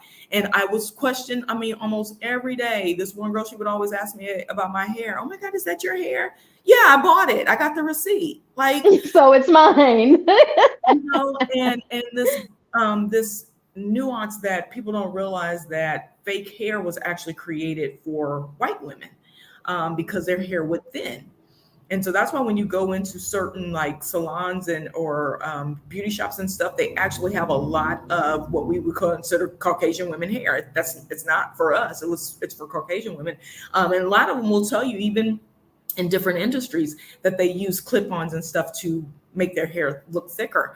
So we shouldn't feel ashamed if we want to wear fake hair, because a lot of people, now men can get hair pieces, and they can get beards added. Beards, right? A whole gamut. But this idea that I have to look a certain way to be accepted, that's that wasn't that long ago. We just got into the industry being allowed to work in television and stuff like that just 50, 30, 40, 50 years ago, probably not even that, where became broadcasters probably in the last 20 years, right? Mm-hmm. And so we know that there are women, Black women who are broadcasters, television broadcasters, who've always had to either wear weave or straighten their hair to be on television. And just recently, we've got women that are like, I just cut my hair all off, or I came into TV. I can't remember what this one lady's name is, but she was big. Everybody was following her and interviewing her. She ended up taking her weave out and came to work with her hair natural. It was really short, natural. And I think, it was like a ghastly kind of thing. And everybody was like, oh my God. And I can't remember if she lost her job. Something happened, but she ended up reporting on it. And that's when we started to realize that we now have laws in the United States that prohibit corporations, employers from discriminating against you because of your hair. But which employer is going to say, yeah, I fired her because of her hair? No one. They're not going to say that, right? No, so, they'll find a problem with the recent project. That's it, right? You didn't proofread it right. Yep. So I just this belief system that we, going back to this excellence standard, that we have to look a certain way, and just really opening up my arms to us as Black women to say that we are beautiful regardless of how we choose to wear our hair. Mm-hmm. You know what I mean? Like that one just and one of the things and how that associates to holding us back is it has the potential to externally hold us, where other people are holding us back, but also keeping us from wanting to live life. How many of us don't get our hair wet? Right. God. So you can't go swimming because you don't want to get your hair wet because you can't go to the gym. Right. Let's talk about health things associated to our hair. We go get our hair done. That hair gotta last. We don't want to sweat it out. What the hell if you got a perm? How do you sweat out a perm? Right? Like, things like that. That would, like, I get it if you're blowing out your hair and it's in a natural state. Because I remember when I did that a few times, and I was like, crap. I work out all the time. I go hiking all the time. My hair is gonna be a poof. Right. Those things, having that belief that my hair has to look a certain way, keeps me from being healthy sometimes, right? It keeps me from a certain level, a serotonin level of happiness, because now I've spent money and I'm about to just blow the money because I'm going to live my life, right? So all of these things, we don't think about this stuff on a daily basis, but these beliefs, these rules that we have can be holding us back from achieving the life that we really want. Right, because who the hell cares if your hair is frizzy? Isn't it supposed to be frizzy? Like, what is your hair supposed to do? Right? It's like asking the impossible from this shit grows naturally like this out of my head. So when it does its own natural thing, then it's wrong. So I have to go against the naturalness, the nature of what my hair does, so that I can fit in with people who are, at the end of the day, not really paying for my hair to look a certain way. And so how is this benefiting me again? Right. And if it's benefiting, go ahead, say what you will. I said, and if it's benefiting you, we're not saying don't wear a perm, but do it because you want to do it. But also do it knowing that, okay, these are the results, these are the consequences, this is what I like, and make that decision for yourself, right? Like, don't let anyone tell you you have to look and be and blah and feel a certain way and all these other things to fit in. Because why? Right? It goes back to you continuing to dilute yourself and muting parts of who you are to make other people happy, to make this system that says, oh, you can't look like that. Yeah. That's why we have people now going into really, really bleaching our skin and doing all sorts of things to ourselves, because we've been told you have to fit a certain category, and that's it. If you don't fit this category, then you won't be successful. We won't pick you. We won't do all these things. And We Ali, won't it pick goes, you. we won't pick you. Yeah. It goes back to what we were talking about at the book club in Viola's book, Finding Me, and how she was talking about Hollywood and the industry, right? Where you have to look interchangeable. So we've let a certain kind of look dictate how we're going to live our the whole lives. Like we've said, this is a standard of beauty, and if you don't fit into this category or this standard of beauty, we don't want you, we won't pick you, blah blah, you can't sit at the table. Fucking fine then, I'll go build my own table over here with people that are open, accepting people just as they are, but being told that that is not even an option. You can't build your own table. You can't find your own tribe. You should just take what you're given and be quiet. What does that sound like, Tipsy? Can we go and debunk this whole table thing? I'm so tired of people and talking about carrying around tables. First of all, I'm going to say this, that I don't think there's any other ethnic group that talks about tables like we do in terms of what a woman needs to bring. Okay, well, I won't go there. I think that's actually on my list too, but I'm not going to even go there right now. We're not touching on that one. We could do a whole show on that one. I think we probably need to, because I think I want to actually show some clips of people saying dumbness. Okay. So I did that one. So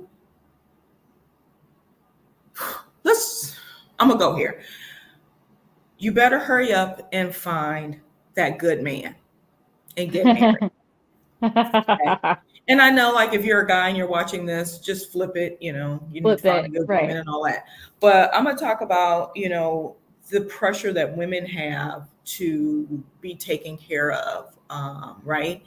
And how there's a positive and some negative connotation to this.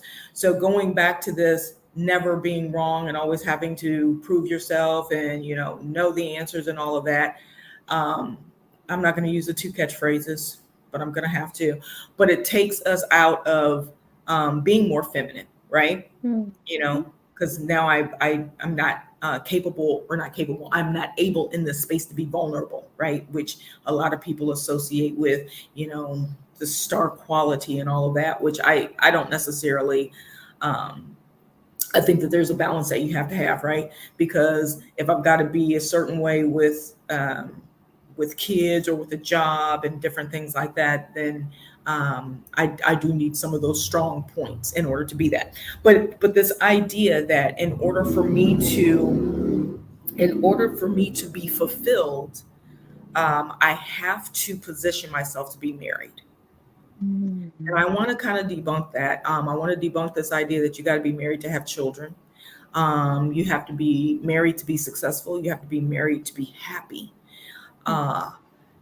If you are married and you're successful, if you're married and you happy, not fake happy and all, that's wonderful. But I would really like for us to get to this point in life where we stop walking around judging people who aren't married. Like when you hear people say, oh, you must be single. Oh, are you married? Or have you ever been married? Like I have people ask me that when I travel too. Oh, you're out here by yourself and stuff. And do you have kids? And I'll say, yes, I have one son. So, were you married? Or I don't know how they ask it, but it's along the lines of, or they'll say something and, oh, you never were married? No. And I understand in some cultures. That's a big thing. That's we're gonna put you in this category over here. Yeah, that scarlet letter thing is a real deal.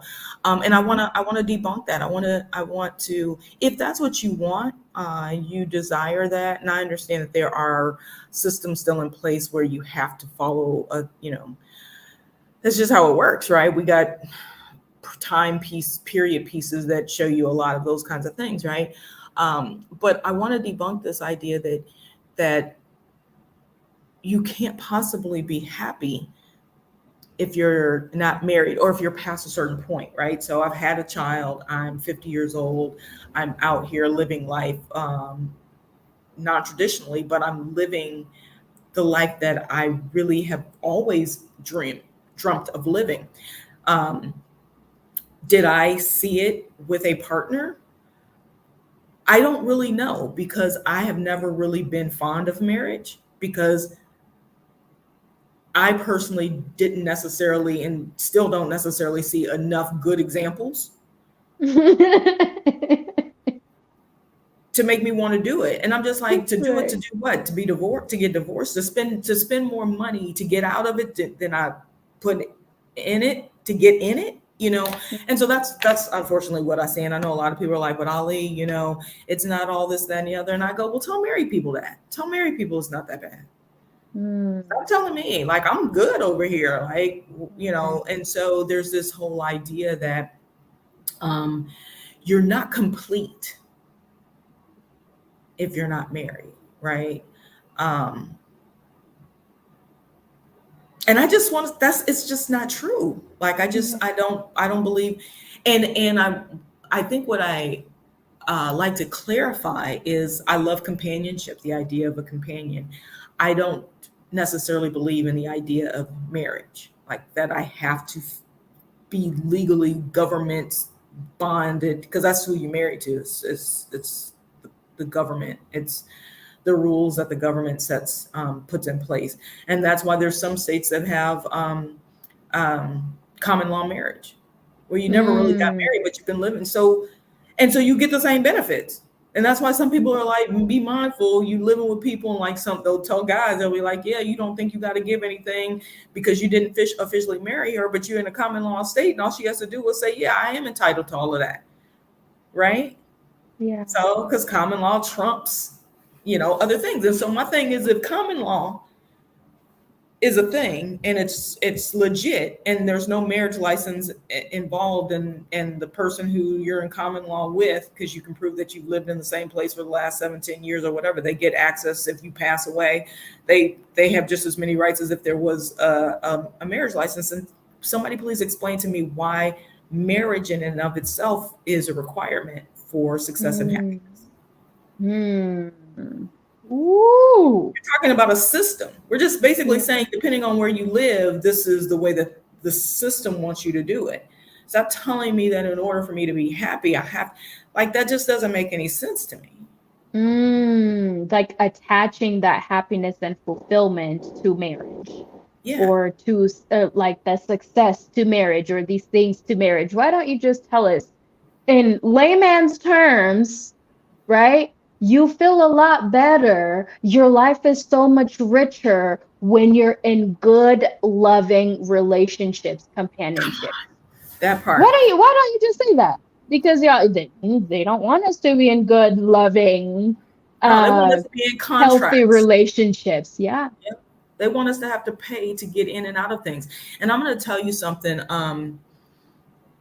I do agree. Like, I think one thing that just, I always go, oh, it's a married couple. You know, when you look at these people doing all this, me and my husband, we started this business. Me and my husband finished our 3rd book. Me and my husband, you know, or me and my wife, and I just like, that's great. Can I get an example of solo people doing this? Because there's gotta be some success levels, and there are. I mean, there's tons of us. I mean, look at Oprah, but Oprah isn't necessarily, like, we don't know her status of her life, but she clearly will show she didn't do it by herself. I mean, she had to struggle a lot on her own coming up, but as she started to gain certain friendships and things like that, those became her support. You know, she has these long-term relationships with good friends and whatever you want to call them, because I think Stedman's still around, you know.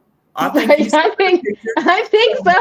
You know, he'd be dumb to leave. Hell, I wouldn't leave. Shit, let me be the dog carer. I'll be the dog walker. I'm staying, Oprah. I'm staying. You know what I'm saying? And so to your point, we can have the same thing if we have good, successful relationships. We're not taught to have good, successful relationships. We're taught to get married. We're Yeah. how many women do you hear say, we could say the most recent divorce, Tia and Corey, Tia Mm, Mowry mhm. and Corey Hardwick, I believe his last name is. And if you go back and you look at a lot of the old, because of course, you know, they're dredging up 14 years of videos and stuff, where she talked about, you know, all she wanted was to be married and to have a family. Women thinking that you have to be married in order to have a family, like that was a stigma that was put on it. So it was a lot of people that got married and didn't love the person or whatever. And same for men. A lot of men feeling like they had to be married in order to get that woman, and a lot of men wanting purity, you know. Mhm. You know, in Mhm. order for me to lock that down, I got to marry her, but not really wanting to be married. How many men will literally say that? Like they'll literally come out now at the end or after divorces and things like that, and they'll talk about that. Like, yeah, I never really wanted that, but I knew she did.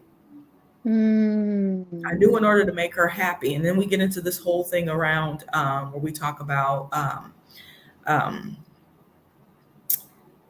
what's the word that starts with the C?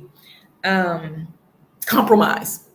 Mm. Ooh.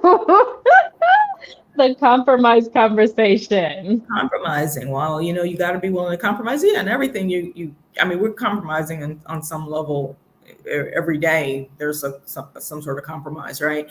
Um, but at what level are we compromising, or are we just completely defying what we want because the rule says this is what it's supposed to look like, right? Mhm. You know, I Mhm. lived in a religious household, and you know, marriage, or not marriage, I'm sorry, sex before marriage is frowned upon. So imagine having a child and still not being married. I can't even lie my way out of this one. You know, I tried to say, you know, the Lord gave me that child, you know, and they like, Baby Jesus. because I'm like, but that's how that we gonna say that's how he got here. That's what we saying. And if marriage is so important, and it's God's word, not the word in that book, man-made religion's word and all of that, why was Jesus never married?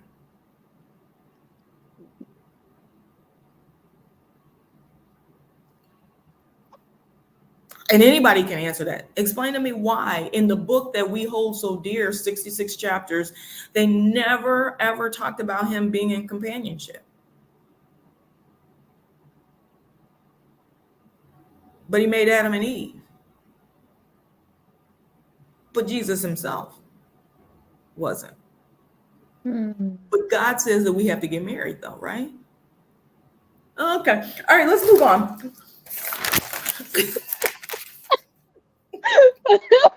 We just parked the car there and it's getting deserted. So go ahead and comment and throw in some points, y'all.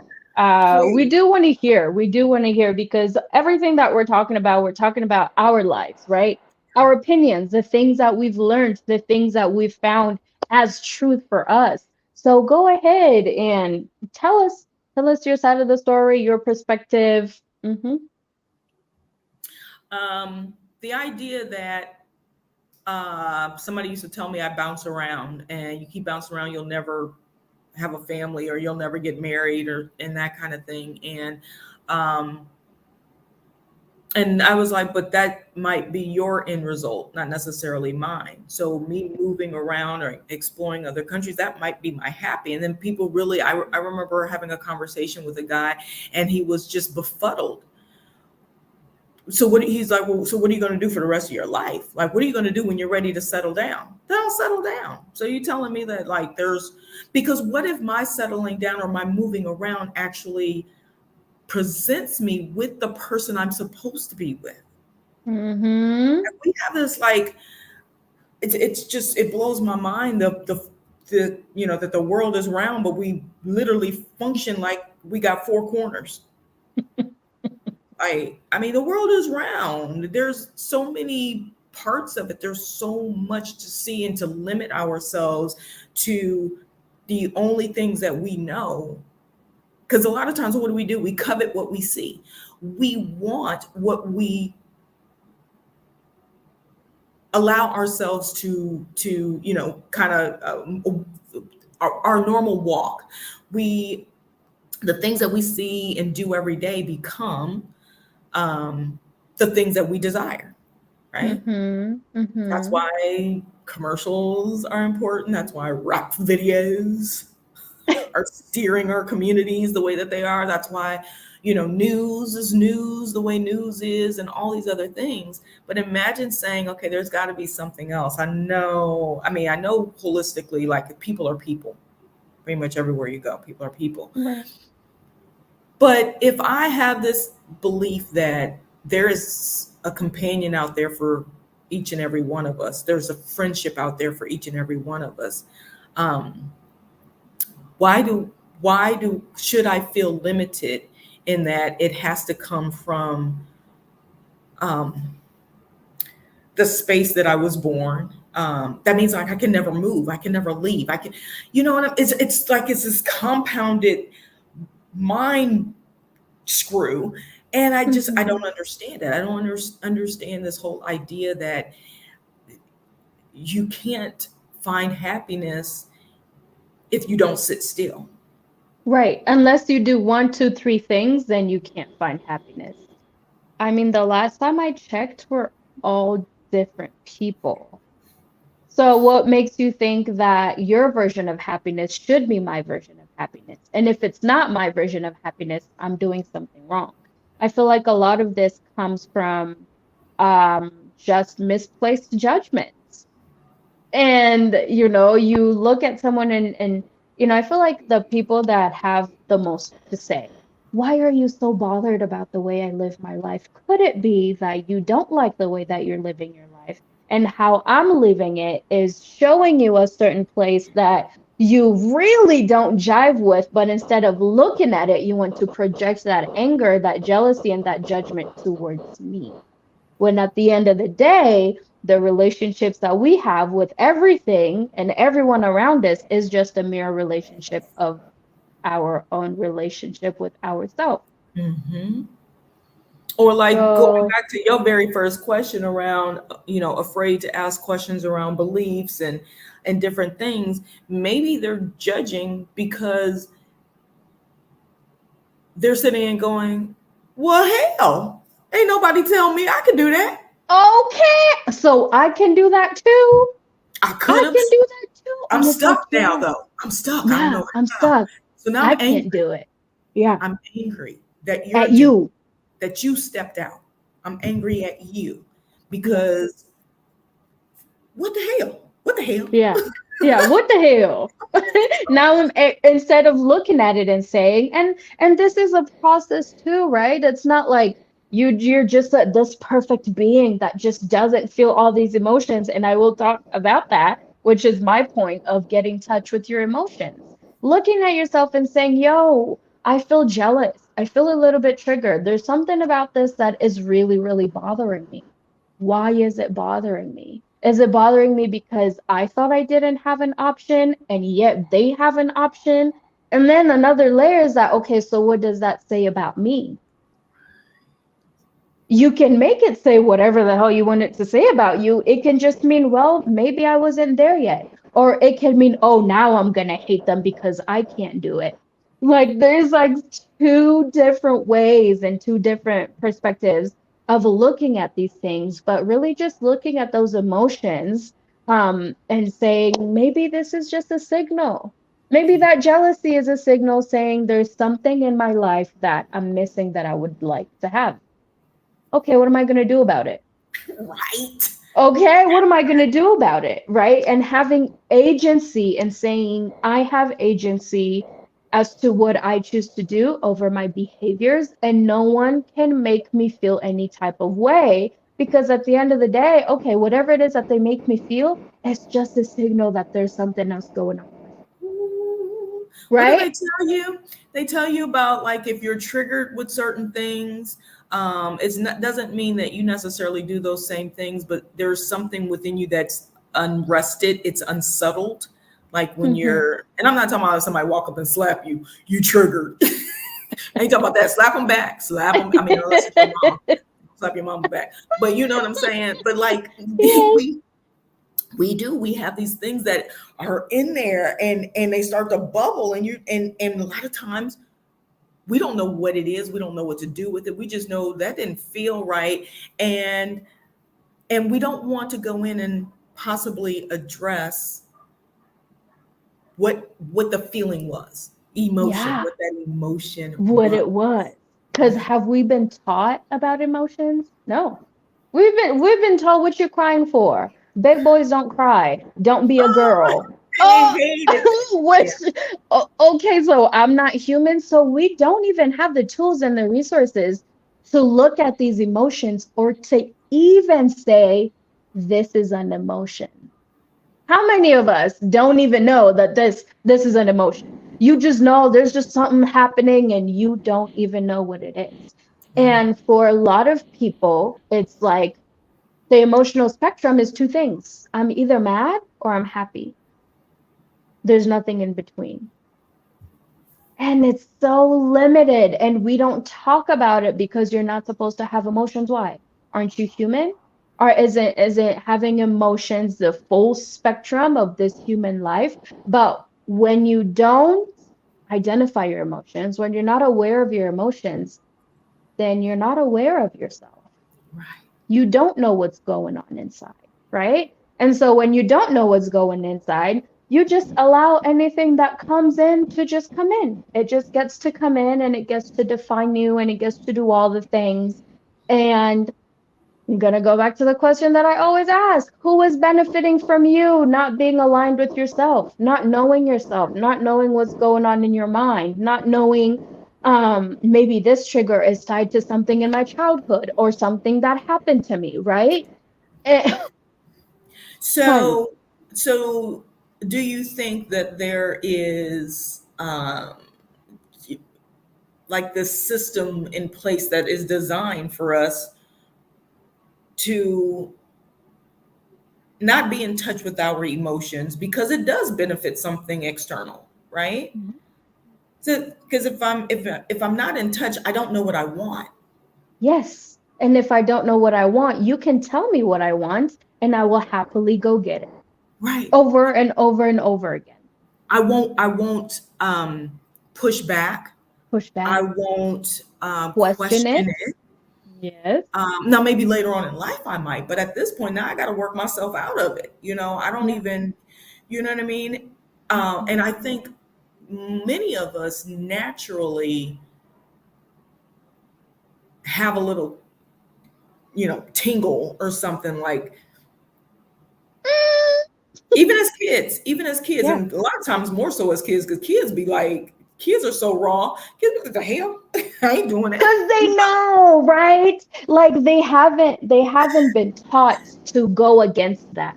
They haven't Yes. been taught to go against their intuition. They haven't been taught to go against their seat of power. They're like, that does not look right. And then My granddaughter, she's only 8 months, 8 or 9 months old, and uh-huh, her whole face in the beginning, I used to have to say she had what we call that bee resting face. Like uh-huh. she literally she would not be amused at all. Like She came into the world and she was like, this is Earth? This is what y'all are doing? and I asked my kids, I said, "What's wrong with her?"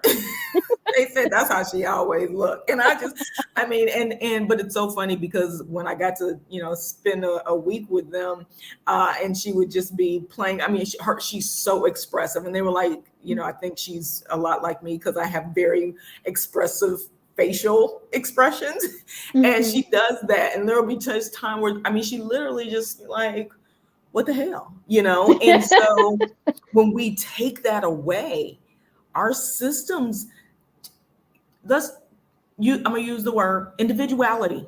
Yes. We are told over and over. Okay, so let me rephrase this. We are told over and over again to be okay being yourself, to be individual, to be this, to be that. But the systems that are in place directly defy that.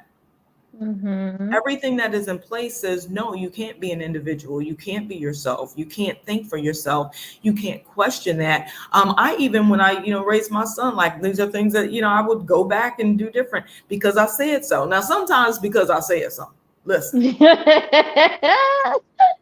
I'm gonna explain it to you. We started doing family forums and stuff like that because I also understood like his start when I started learning his personality. I realized that it wasn't beneficial for him to just accept what his mom told him. Yeah, you need to do what I'm asking you to do, and we're gonna have to sit down and talk about it. So just even teaching him how to speak up for himself respectfully, because that's another thing we don't do in our household. We're not doing all that crazy stuff that they'd be saying. I'm like, I used to tell my son, I understand you go to school with a whole bunch of different people, but what they do in their house, don't think you can come and do that here. We can sit and have a conversation about it, but I'm gonna tell you what you ain't gonna do. Right. So we still had that. Like, I think that's just Black family. I mean, that's just something that you see in our households. Like, we not, I mean, sometimes, there's levels to it and stuff like that. But I think we take away individuality, which then also feeds into taking away emotions, like the feeling okay to express my emotions. Like, I'm afraid to tell you how I feel. Because I know you ain't gonna like it. I know it doesn't match up. Like, I watch you every day. Even though you tell me I won't be mad, I won't be this, yes, you are. I don't want to go to church. I don't want to do the dishes. I don't want to study. I don't want to be, great. There's some days where why can't I remember I used to hate my brother because they had accepted the fact that he figured out how not to do stuff, how not to be asked to do stuff.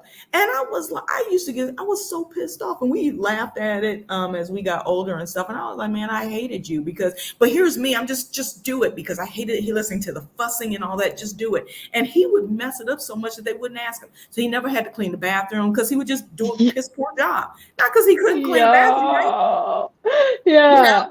So he learned how to be creative in it and try not to lose who he was in that. And it also backfired in many ways because people didn't understand it. We don't understand creativity. We don't understand, there's ways to do things. You could be a person who badmouths, or, like we look at people like Trump and Kanye, right?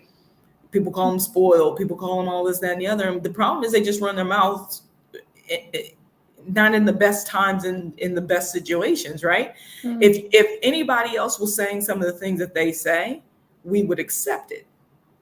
Sometimes it's the that's package. An interesting one. Ooh. Yeah, imagine if instead of Trump saying the things that he says because we just consider him a buffoon,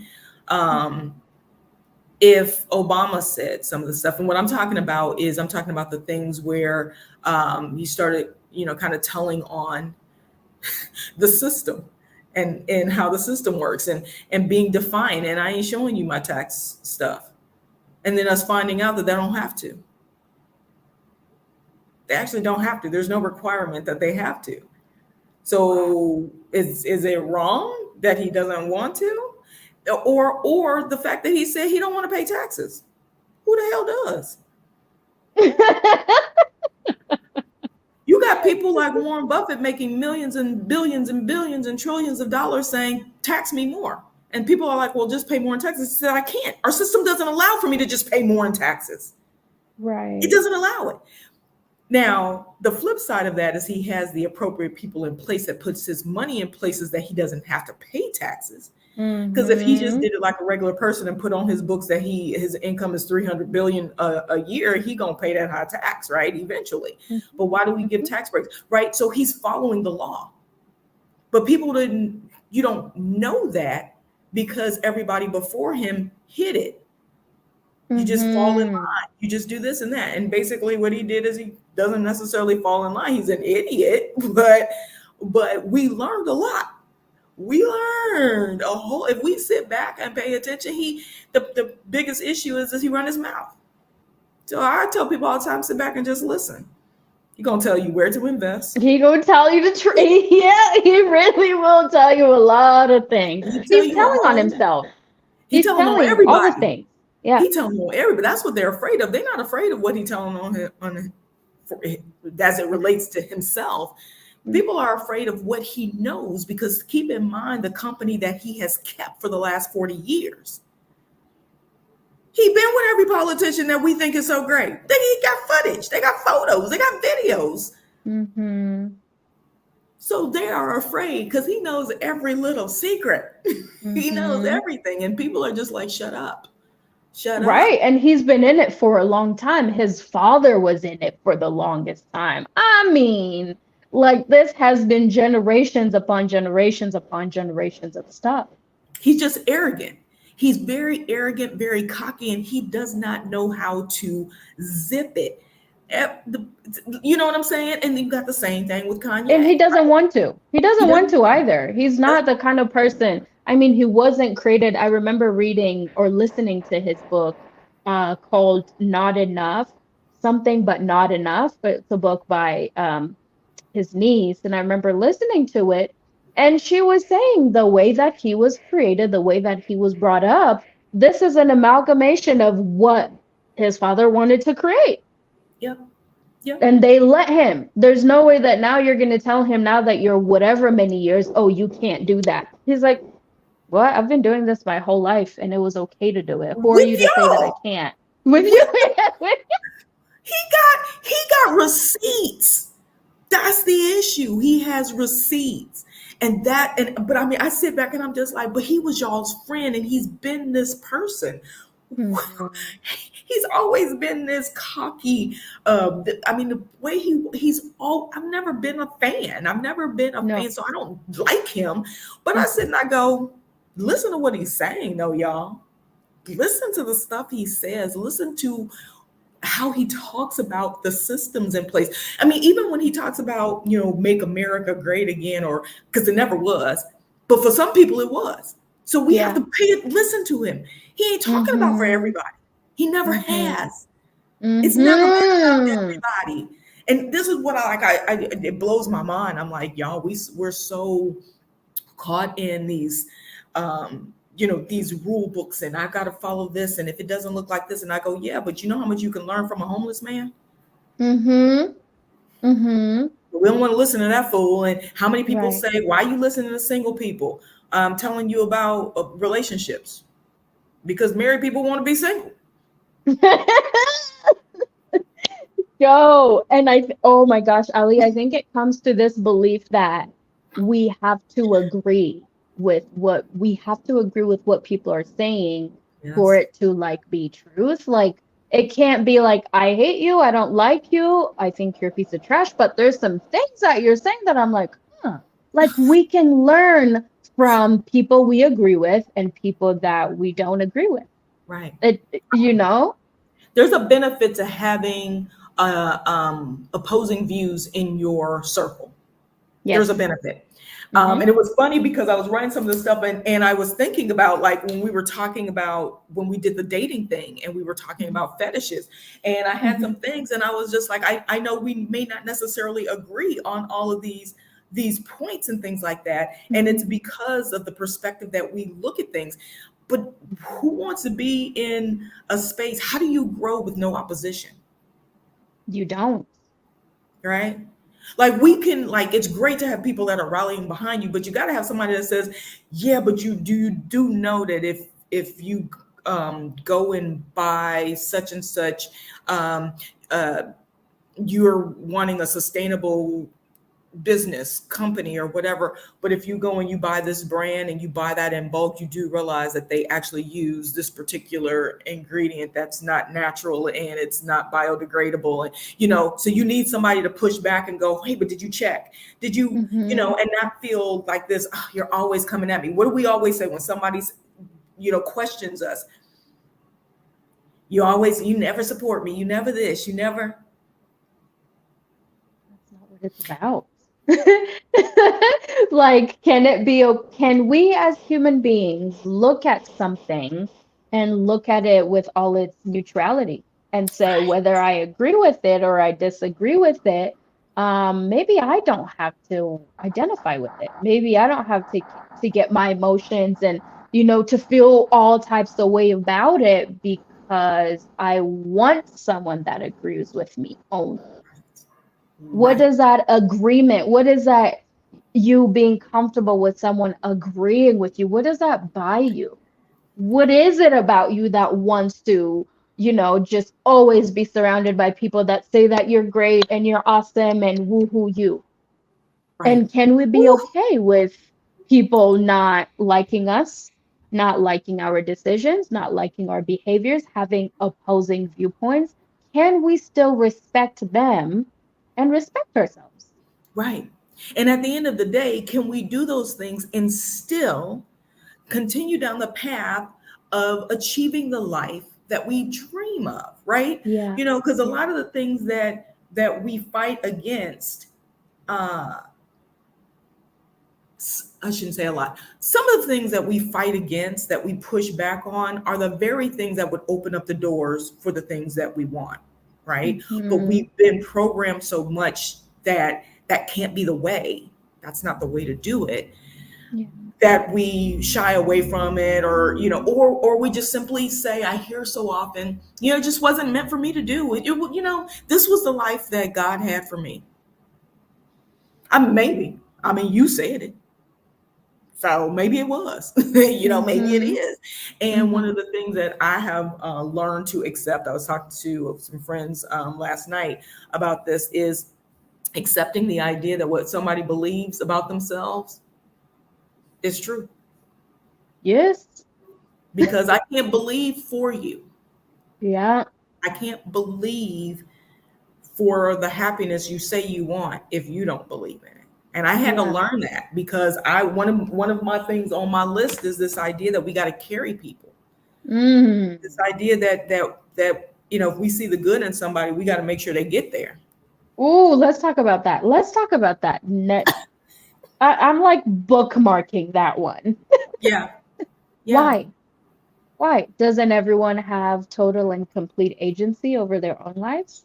Or is it this enmeshment where we don't know where you end, we don't know where I end, and so now I'm carrying you and you're carrying me, and that's called love? Or is it us wanting so much to be liked, wanting so much and having our identity wrapped up in our worthiness and what we can do for other people that Ooh. without it, we don't even know who we are? So you're doing all the things for them, but you resent them and you resent yourself in the process because you really don't want to do it anyway, but you're trapped because you're supposed. So we talking about this cup again, this cup runneth over.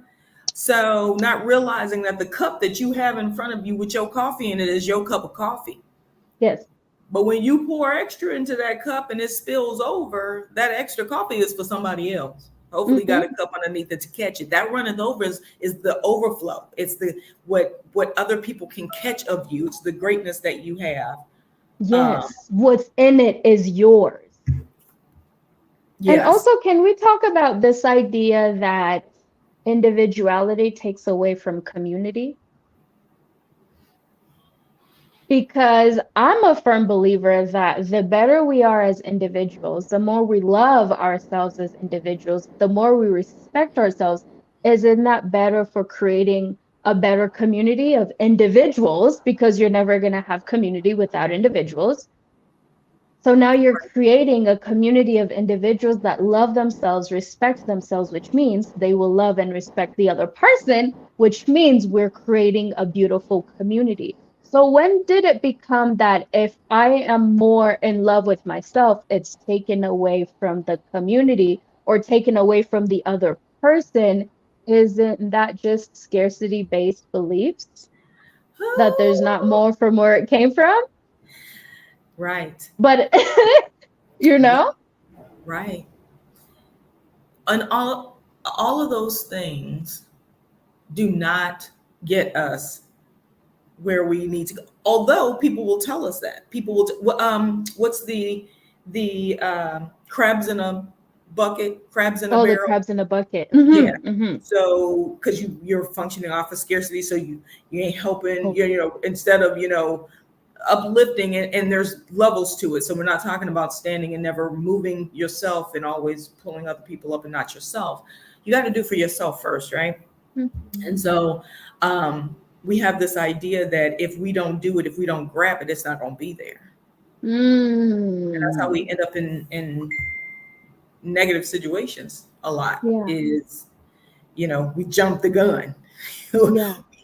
We were so determined to get it and be in it, and to, not like you hear men say this when it comes to dating. I wasn't about to let this one go.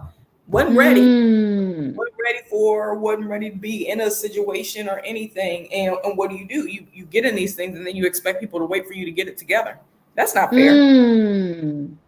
Ooh, prematurely. You get into it prematurely because you have this belief that there's not more from where it came from. Right. Or for women, at least they offered. So I'm just supposed to take it because at least they offered. Excuse me, like in this time and space dimension, in this beautiful lifetime of mine, I'm just supposed to take it because someone offered? How about no? How about no, thank you? How about, well, that's not what I wanted, right? Because for a lot of us, it really isn't what we wanted, but it's like, well, at least it's there. It's the first time I've ever seen anything like this done for me. So I might as well hold on to it, because when is the next time it's going to come by? Y'all better stop with this scarcity behavior, honey. Stop it. And the scarcity behavior is what keeps us from living this kind of life that you and I are living, right? Mm-hmm. Because we have this belief that whole saying of what's meant for you will come or will be. You don't necessarily have to force anything. And I think being in for me, staying in the US was forcing. I was forcing it. And I can tell I was forcing it because my body reacted to it. I could tell I was forcing it because I was always stressed. I wasn't necessarily in a happy place. And I knew that I could actually function outside of it and have some peace and some stability.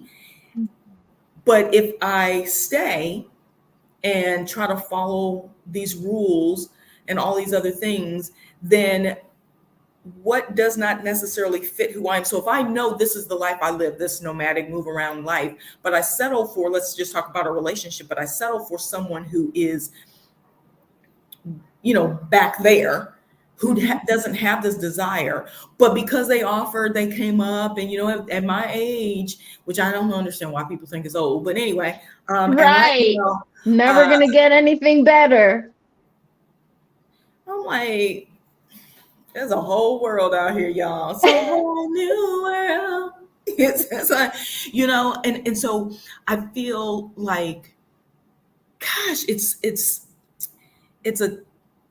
a terrifying thought that there are people in the world who will never experience greatness. Their expected greatness, their designed greatness, because they're afraid to step out on faith. That is so sad, even to hear, to think about. That is so sad. Yeah. Can you because imagine? The world truly is beautiful. Yeah. And I mean, like, just to think about, like, there's so many things in my head right now, just to think about settling. And we all settle in some respect for things, like,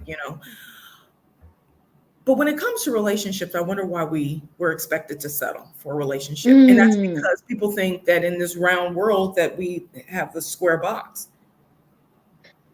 But we're out here proving that you don't have to accept something that doesn't meet your most basic wants. Right? Yes. And we're not talking about physical stuff, because you can be physical with anybody. Yes. Physicality doesn't, okay. And I'm saying within reason, I'm just talking about the physical part. I'm not talking about the emotional attachment of it and it being, good or anything. I'm just saying it's just physically, if it's just physical desire, you can do that with anybody, right? Right.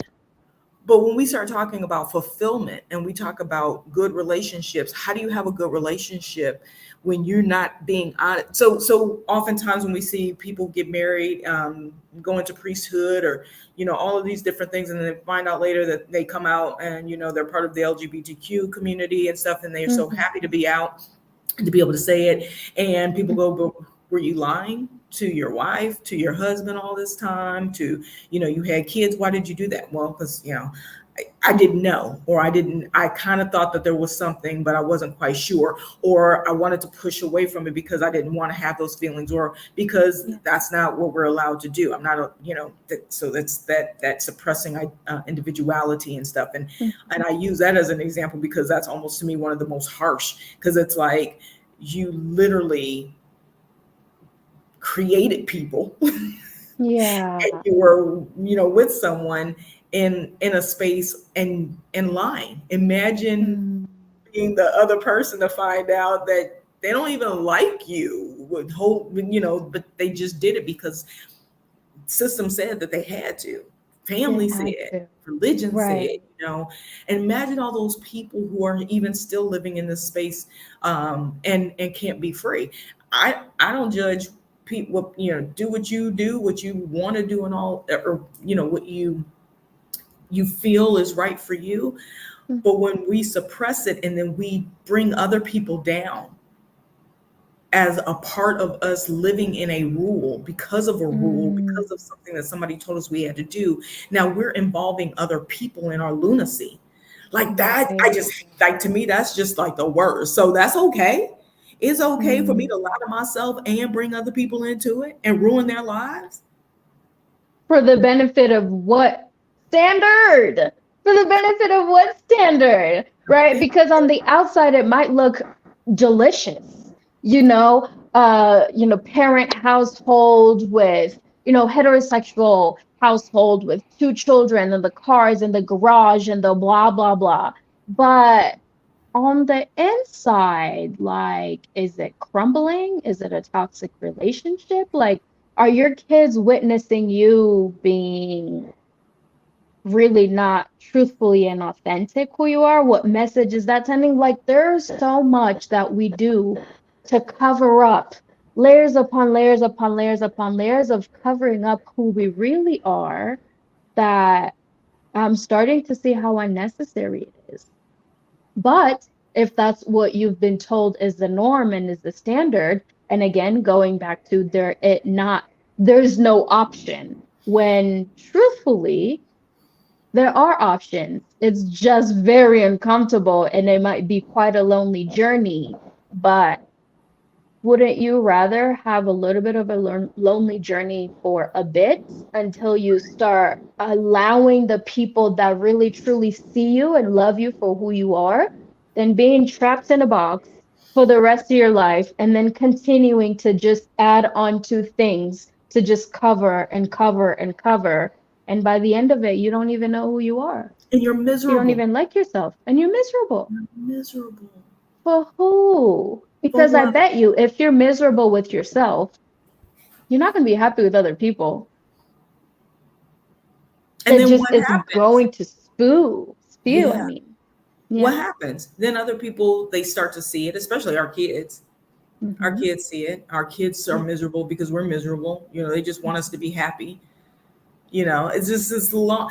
It's all of these things they're so important to recognize, right? All the little things that we tell ourselves to get along, to be at peace with, whatever, regiment, rule, people, whatever, all of these things. And yet, while this is happening, we're teaching ourselves that we are not important to ourselves. Yes. One isn't important because it doesn't matter. It doesn't matter that you want to, sail around the world or, go to all these different places and meet all these. It doesn't matter. That's what you want. That's not what we do. So like in the show that everybody loves, Bridgerton, one of my favorites, which is a timepiece that literally talks about women's sole purpose is to want to be married. Right. That's the Married. whole point To of be, that. So yeah. I hate that part. I hate that part. What did they do in season 2 or 3 or whichever season it is? The one that just came out this year, right? So not only did they bring in more people of color, like we up in there, we in that deep. They showing royalty and all this stuff, right? Not only did they do that, but they also even with kind of Daphne's character with Sexy Man. What's his real name? Mm-hmm. The Duke. I have What's the no Duke's real idea. name? The Claude Duke. or whatever. Yeah, Jean something. Jean. We'll call him Jean. Let me just tell you, I'm gonna get off track. When that first season came out, I was like, I will rob a cradle up in this joint. I know that boy ain't nothing but 22, but I will literally, I was like, yes. Lord, I was like, y'all best bring him back. I don't know what happened, but you better find out how to bring him back. Like Henry Cavill. Right, they didn't bring him back this last time. Right. Was he there? I think something going on. He wasn't in it. The baby was. Their baby was in it. Oh yeah, their baby was in it. Yeah, because she came back. Daphne came back in this last one. Because it was about Anthony. And so there's supposed to be the book that it's supposed to follow the like a storyline of each sibling, basically. So I think the next one is going to be about the sister. Oh, okay.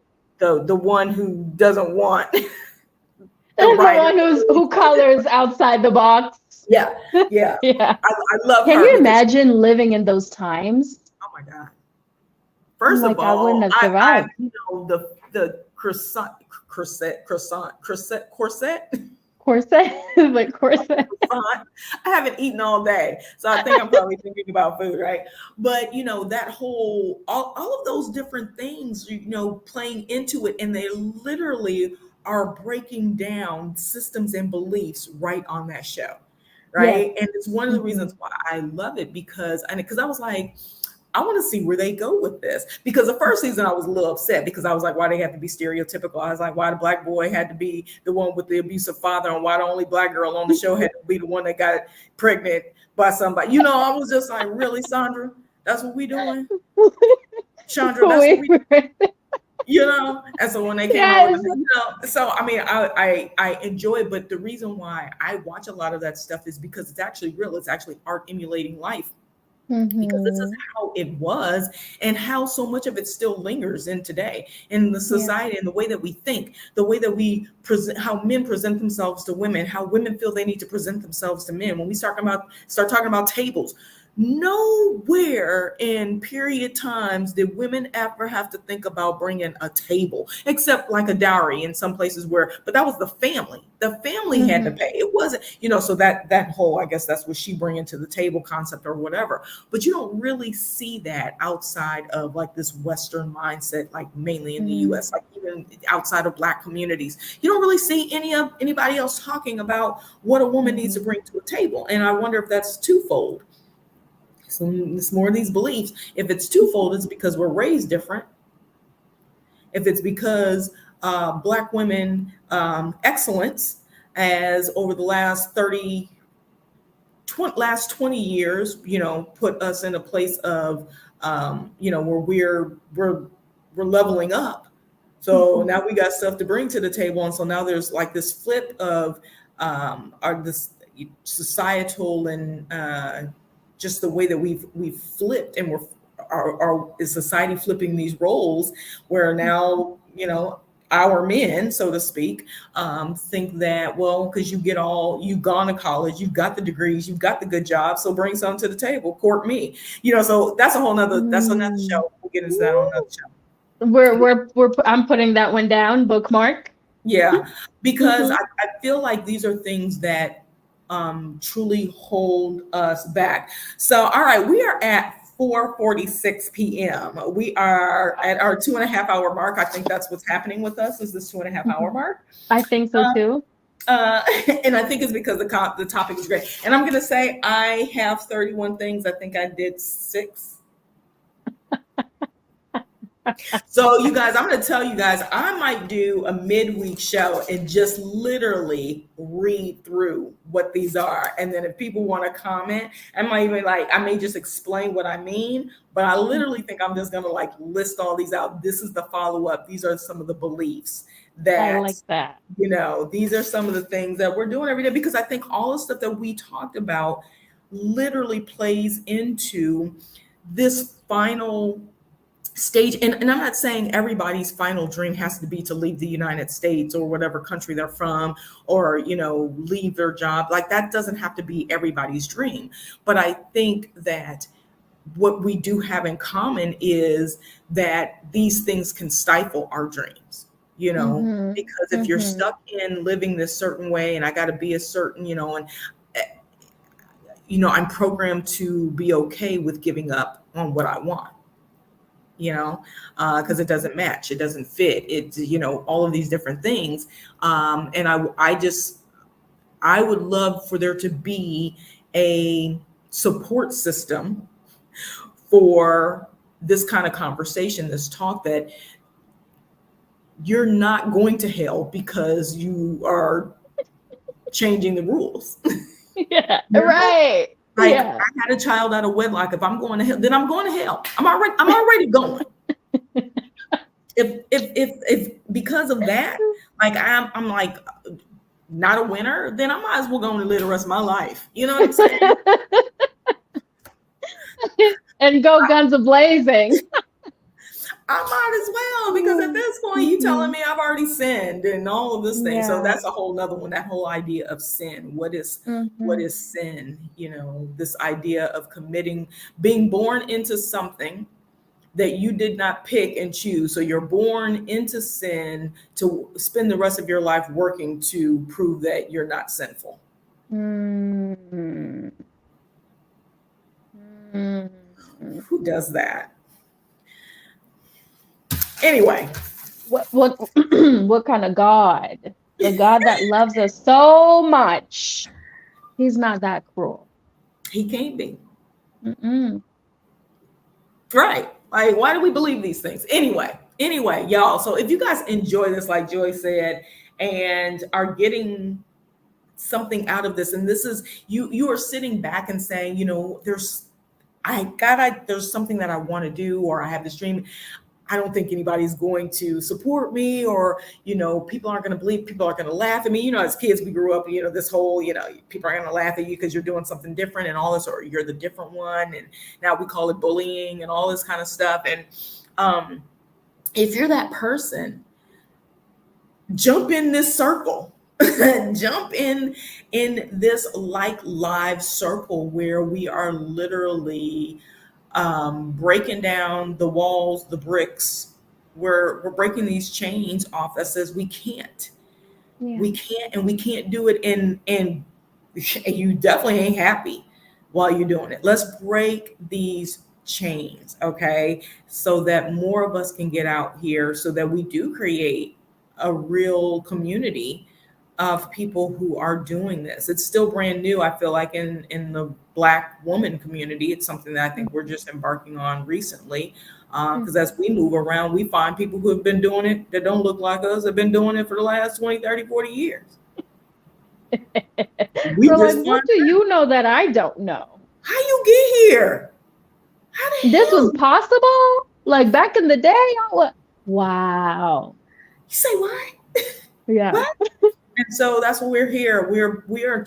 We're breaking barriers. We are breaking down, debunking rules and laws and belief systems that says you can't be authentically you. What you were created to be. Like you were literally created to be you. But all your life, you was told. All my life. You is being told that you is not smart, you is not beautiful, and you is not kind. All your life, because it don't match up. And this conversation is so deep in my soul, it's so deep in my spirit, because it could be the thing. I see it so much, the unhappiness of people not living their lives. Yeah. Not living their lives. And so if we can be on here and share some things with you guys that help set you free, then please Okay. click that like button, click that subscribe button on both of our pages. You guys actually will see that. Thank you, Sandra. Sandra says she has subscribed.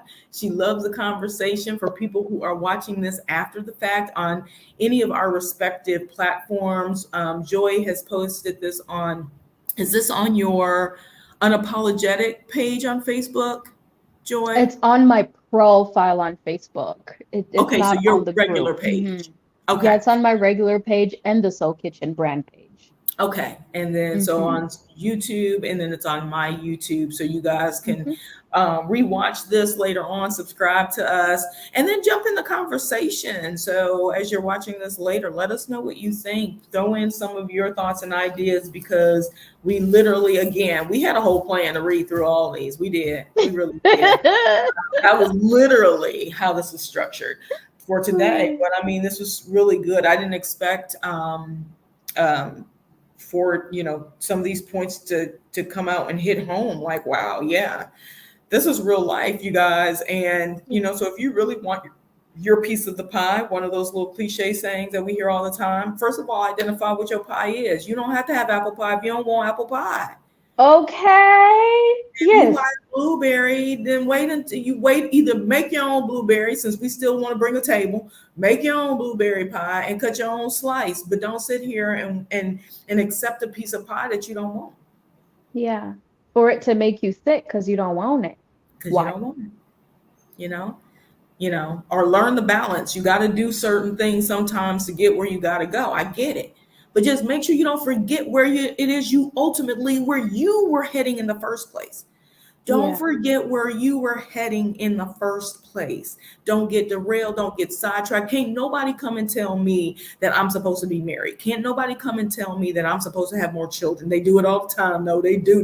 Wally, you could ask who you should. I get it all the time. I get it all the time, especially when I was in Africa. I swear to God, I got proposed to like every day. I got in a tuk-tuk every day.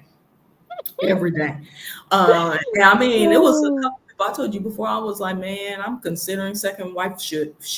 Wifehood. Second wifeship. Yes. Yeah, whatever you call Sister it. wives. I Sister wives. listen, she might not even know that she was in the running for it. But I was like, boo, hey, boo, hey, boo, hey. But like, those are things like people can't derail me with those things. But I have been derailed with so many other things. Last thing, it's a quote, but I can't remember exactly how it goes. And it's something along the lines of, just because and I think it's actually on my YouTube, just because something looks good or has the potential to be amazing doesn't mean that you have to be a part of it. So like, because what I would do in the past is oh my God, that's amazing, that's amazing. If it's not your path, you don't have to join it. You don't have to do it. You don't have to be a part of it, because it's derailing you from where you are, your purpose, what it is that you're trying to do and where you're trying to go. So, we've got to start with finding ourselves. And that's how you started this whole conversation today, with questioning enough to start to be able to even understand what it is that you want. Yeah. Ask enough questions to even understand. Do I even like, so maybe I don't like bomb pops. Maybe I like push-ups. Right. Maybe I like the sorbet over, red, white, and blue pops. You know what I'm saying? So it's just like, we don't even know. We don't even know. And so I appreciate that whole beginning of question it. Because ultimately what we're doing is we're questioning what we're doing. Right. I'll say, I like this, but do I really? So why do I like it? We ask, people hate when they say, tell me why you like me. I used to get thrown off when people would say, tell me what you're looking for in a man. And because I would change where my mind was, I got to a point where it was a difficult question for me to answer because I was like, well, I'm kind of toggling between this and that. And it's like, get rid of this long list. And ultimately, the bottom line is someone who is going down the same path that I'm going, someone that matches my future. Now, if you want to ask me what my future is, that's cool, but it doesn't necessarily look like a particular thing anymore. Right? Mm. Okay, it do. I don't need to list those things out because I ain't gonna be attracted to it, right? So yeah, so let's do that. Let's ask questions. Get curious, guys. Get curious. Let's find ourselves. Curiosity did not kill the cat. It did not. Yeah, tell them stop listening to that mess. Get curious, because when you don't know what you don't know, and if you're not okay with it, go find out. Find out why you're not okay with it, and then find out what are you okay with. What lights your soul up? What makes you feel good? What makes you feel aligned and not shitty? Life is way too short for you to be living miserable because somebody said you're supposed to live like that. Come on. Please love and respect and honor the sacredness that is your life here on earth right now.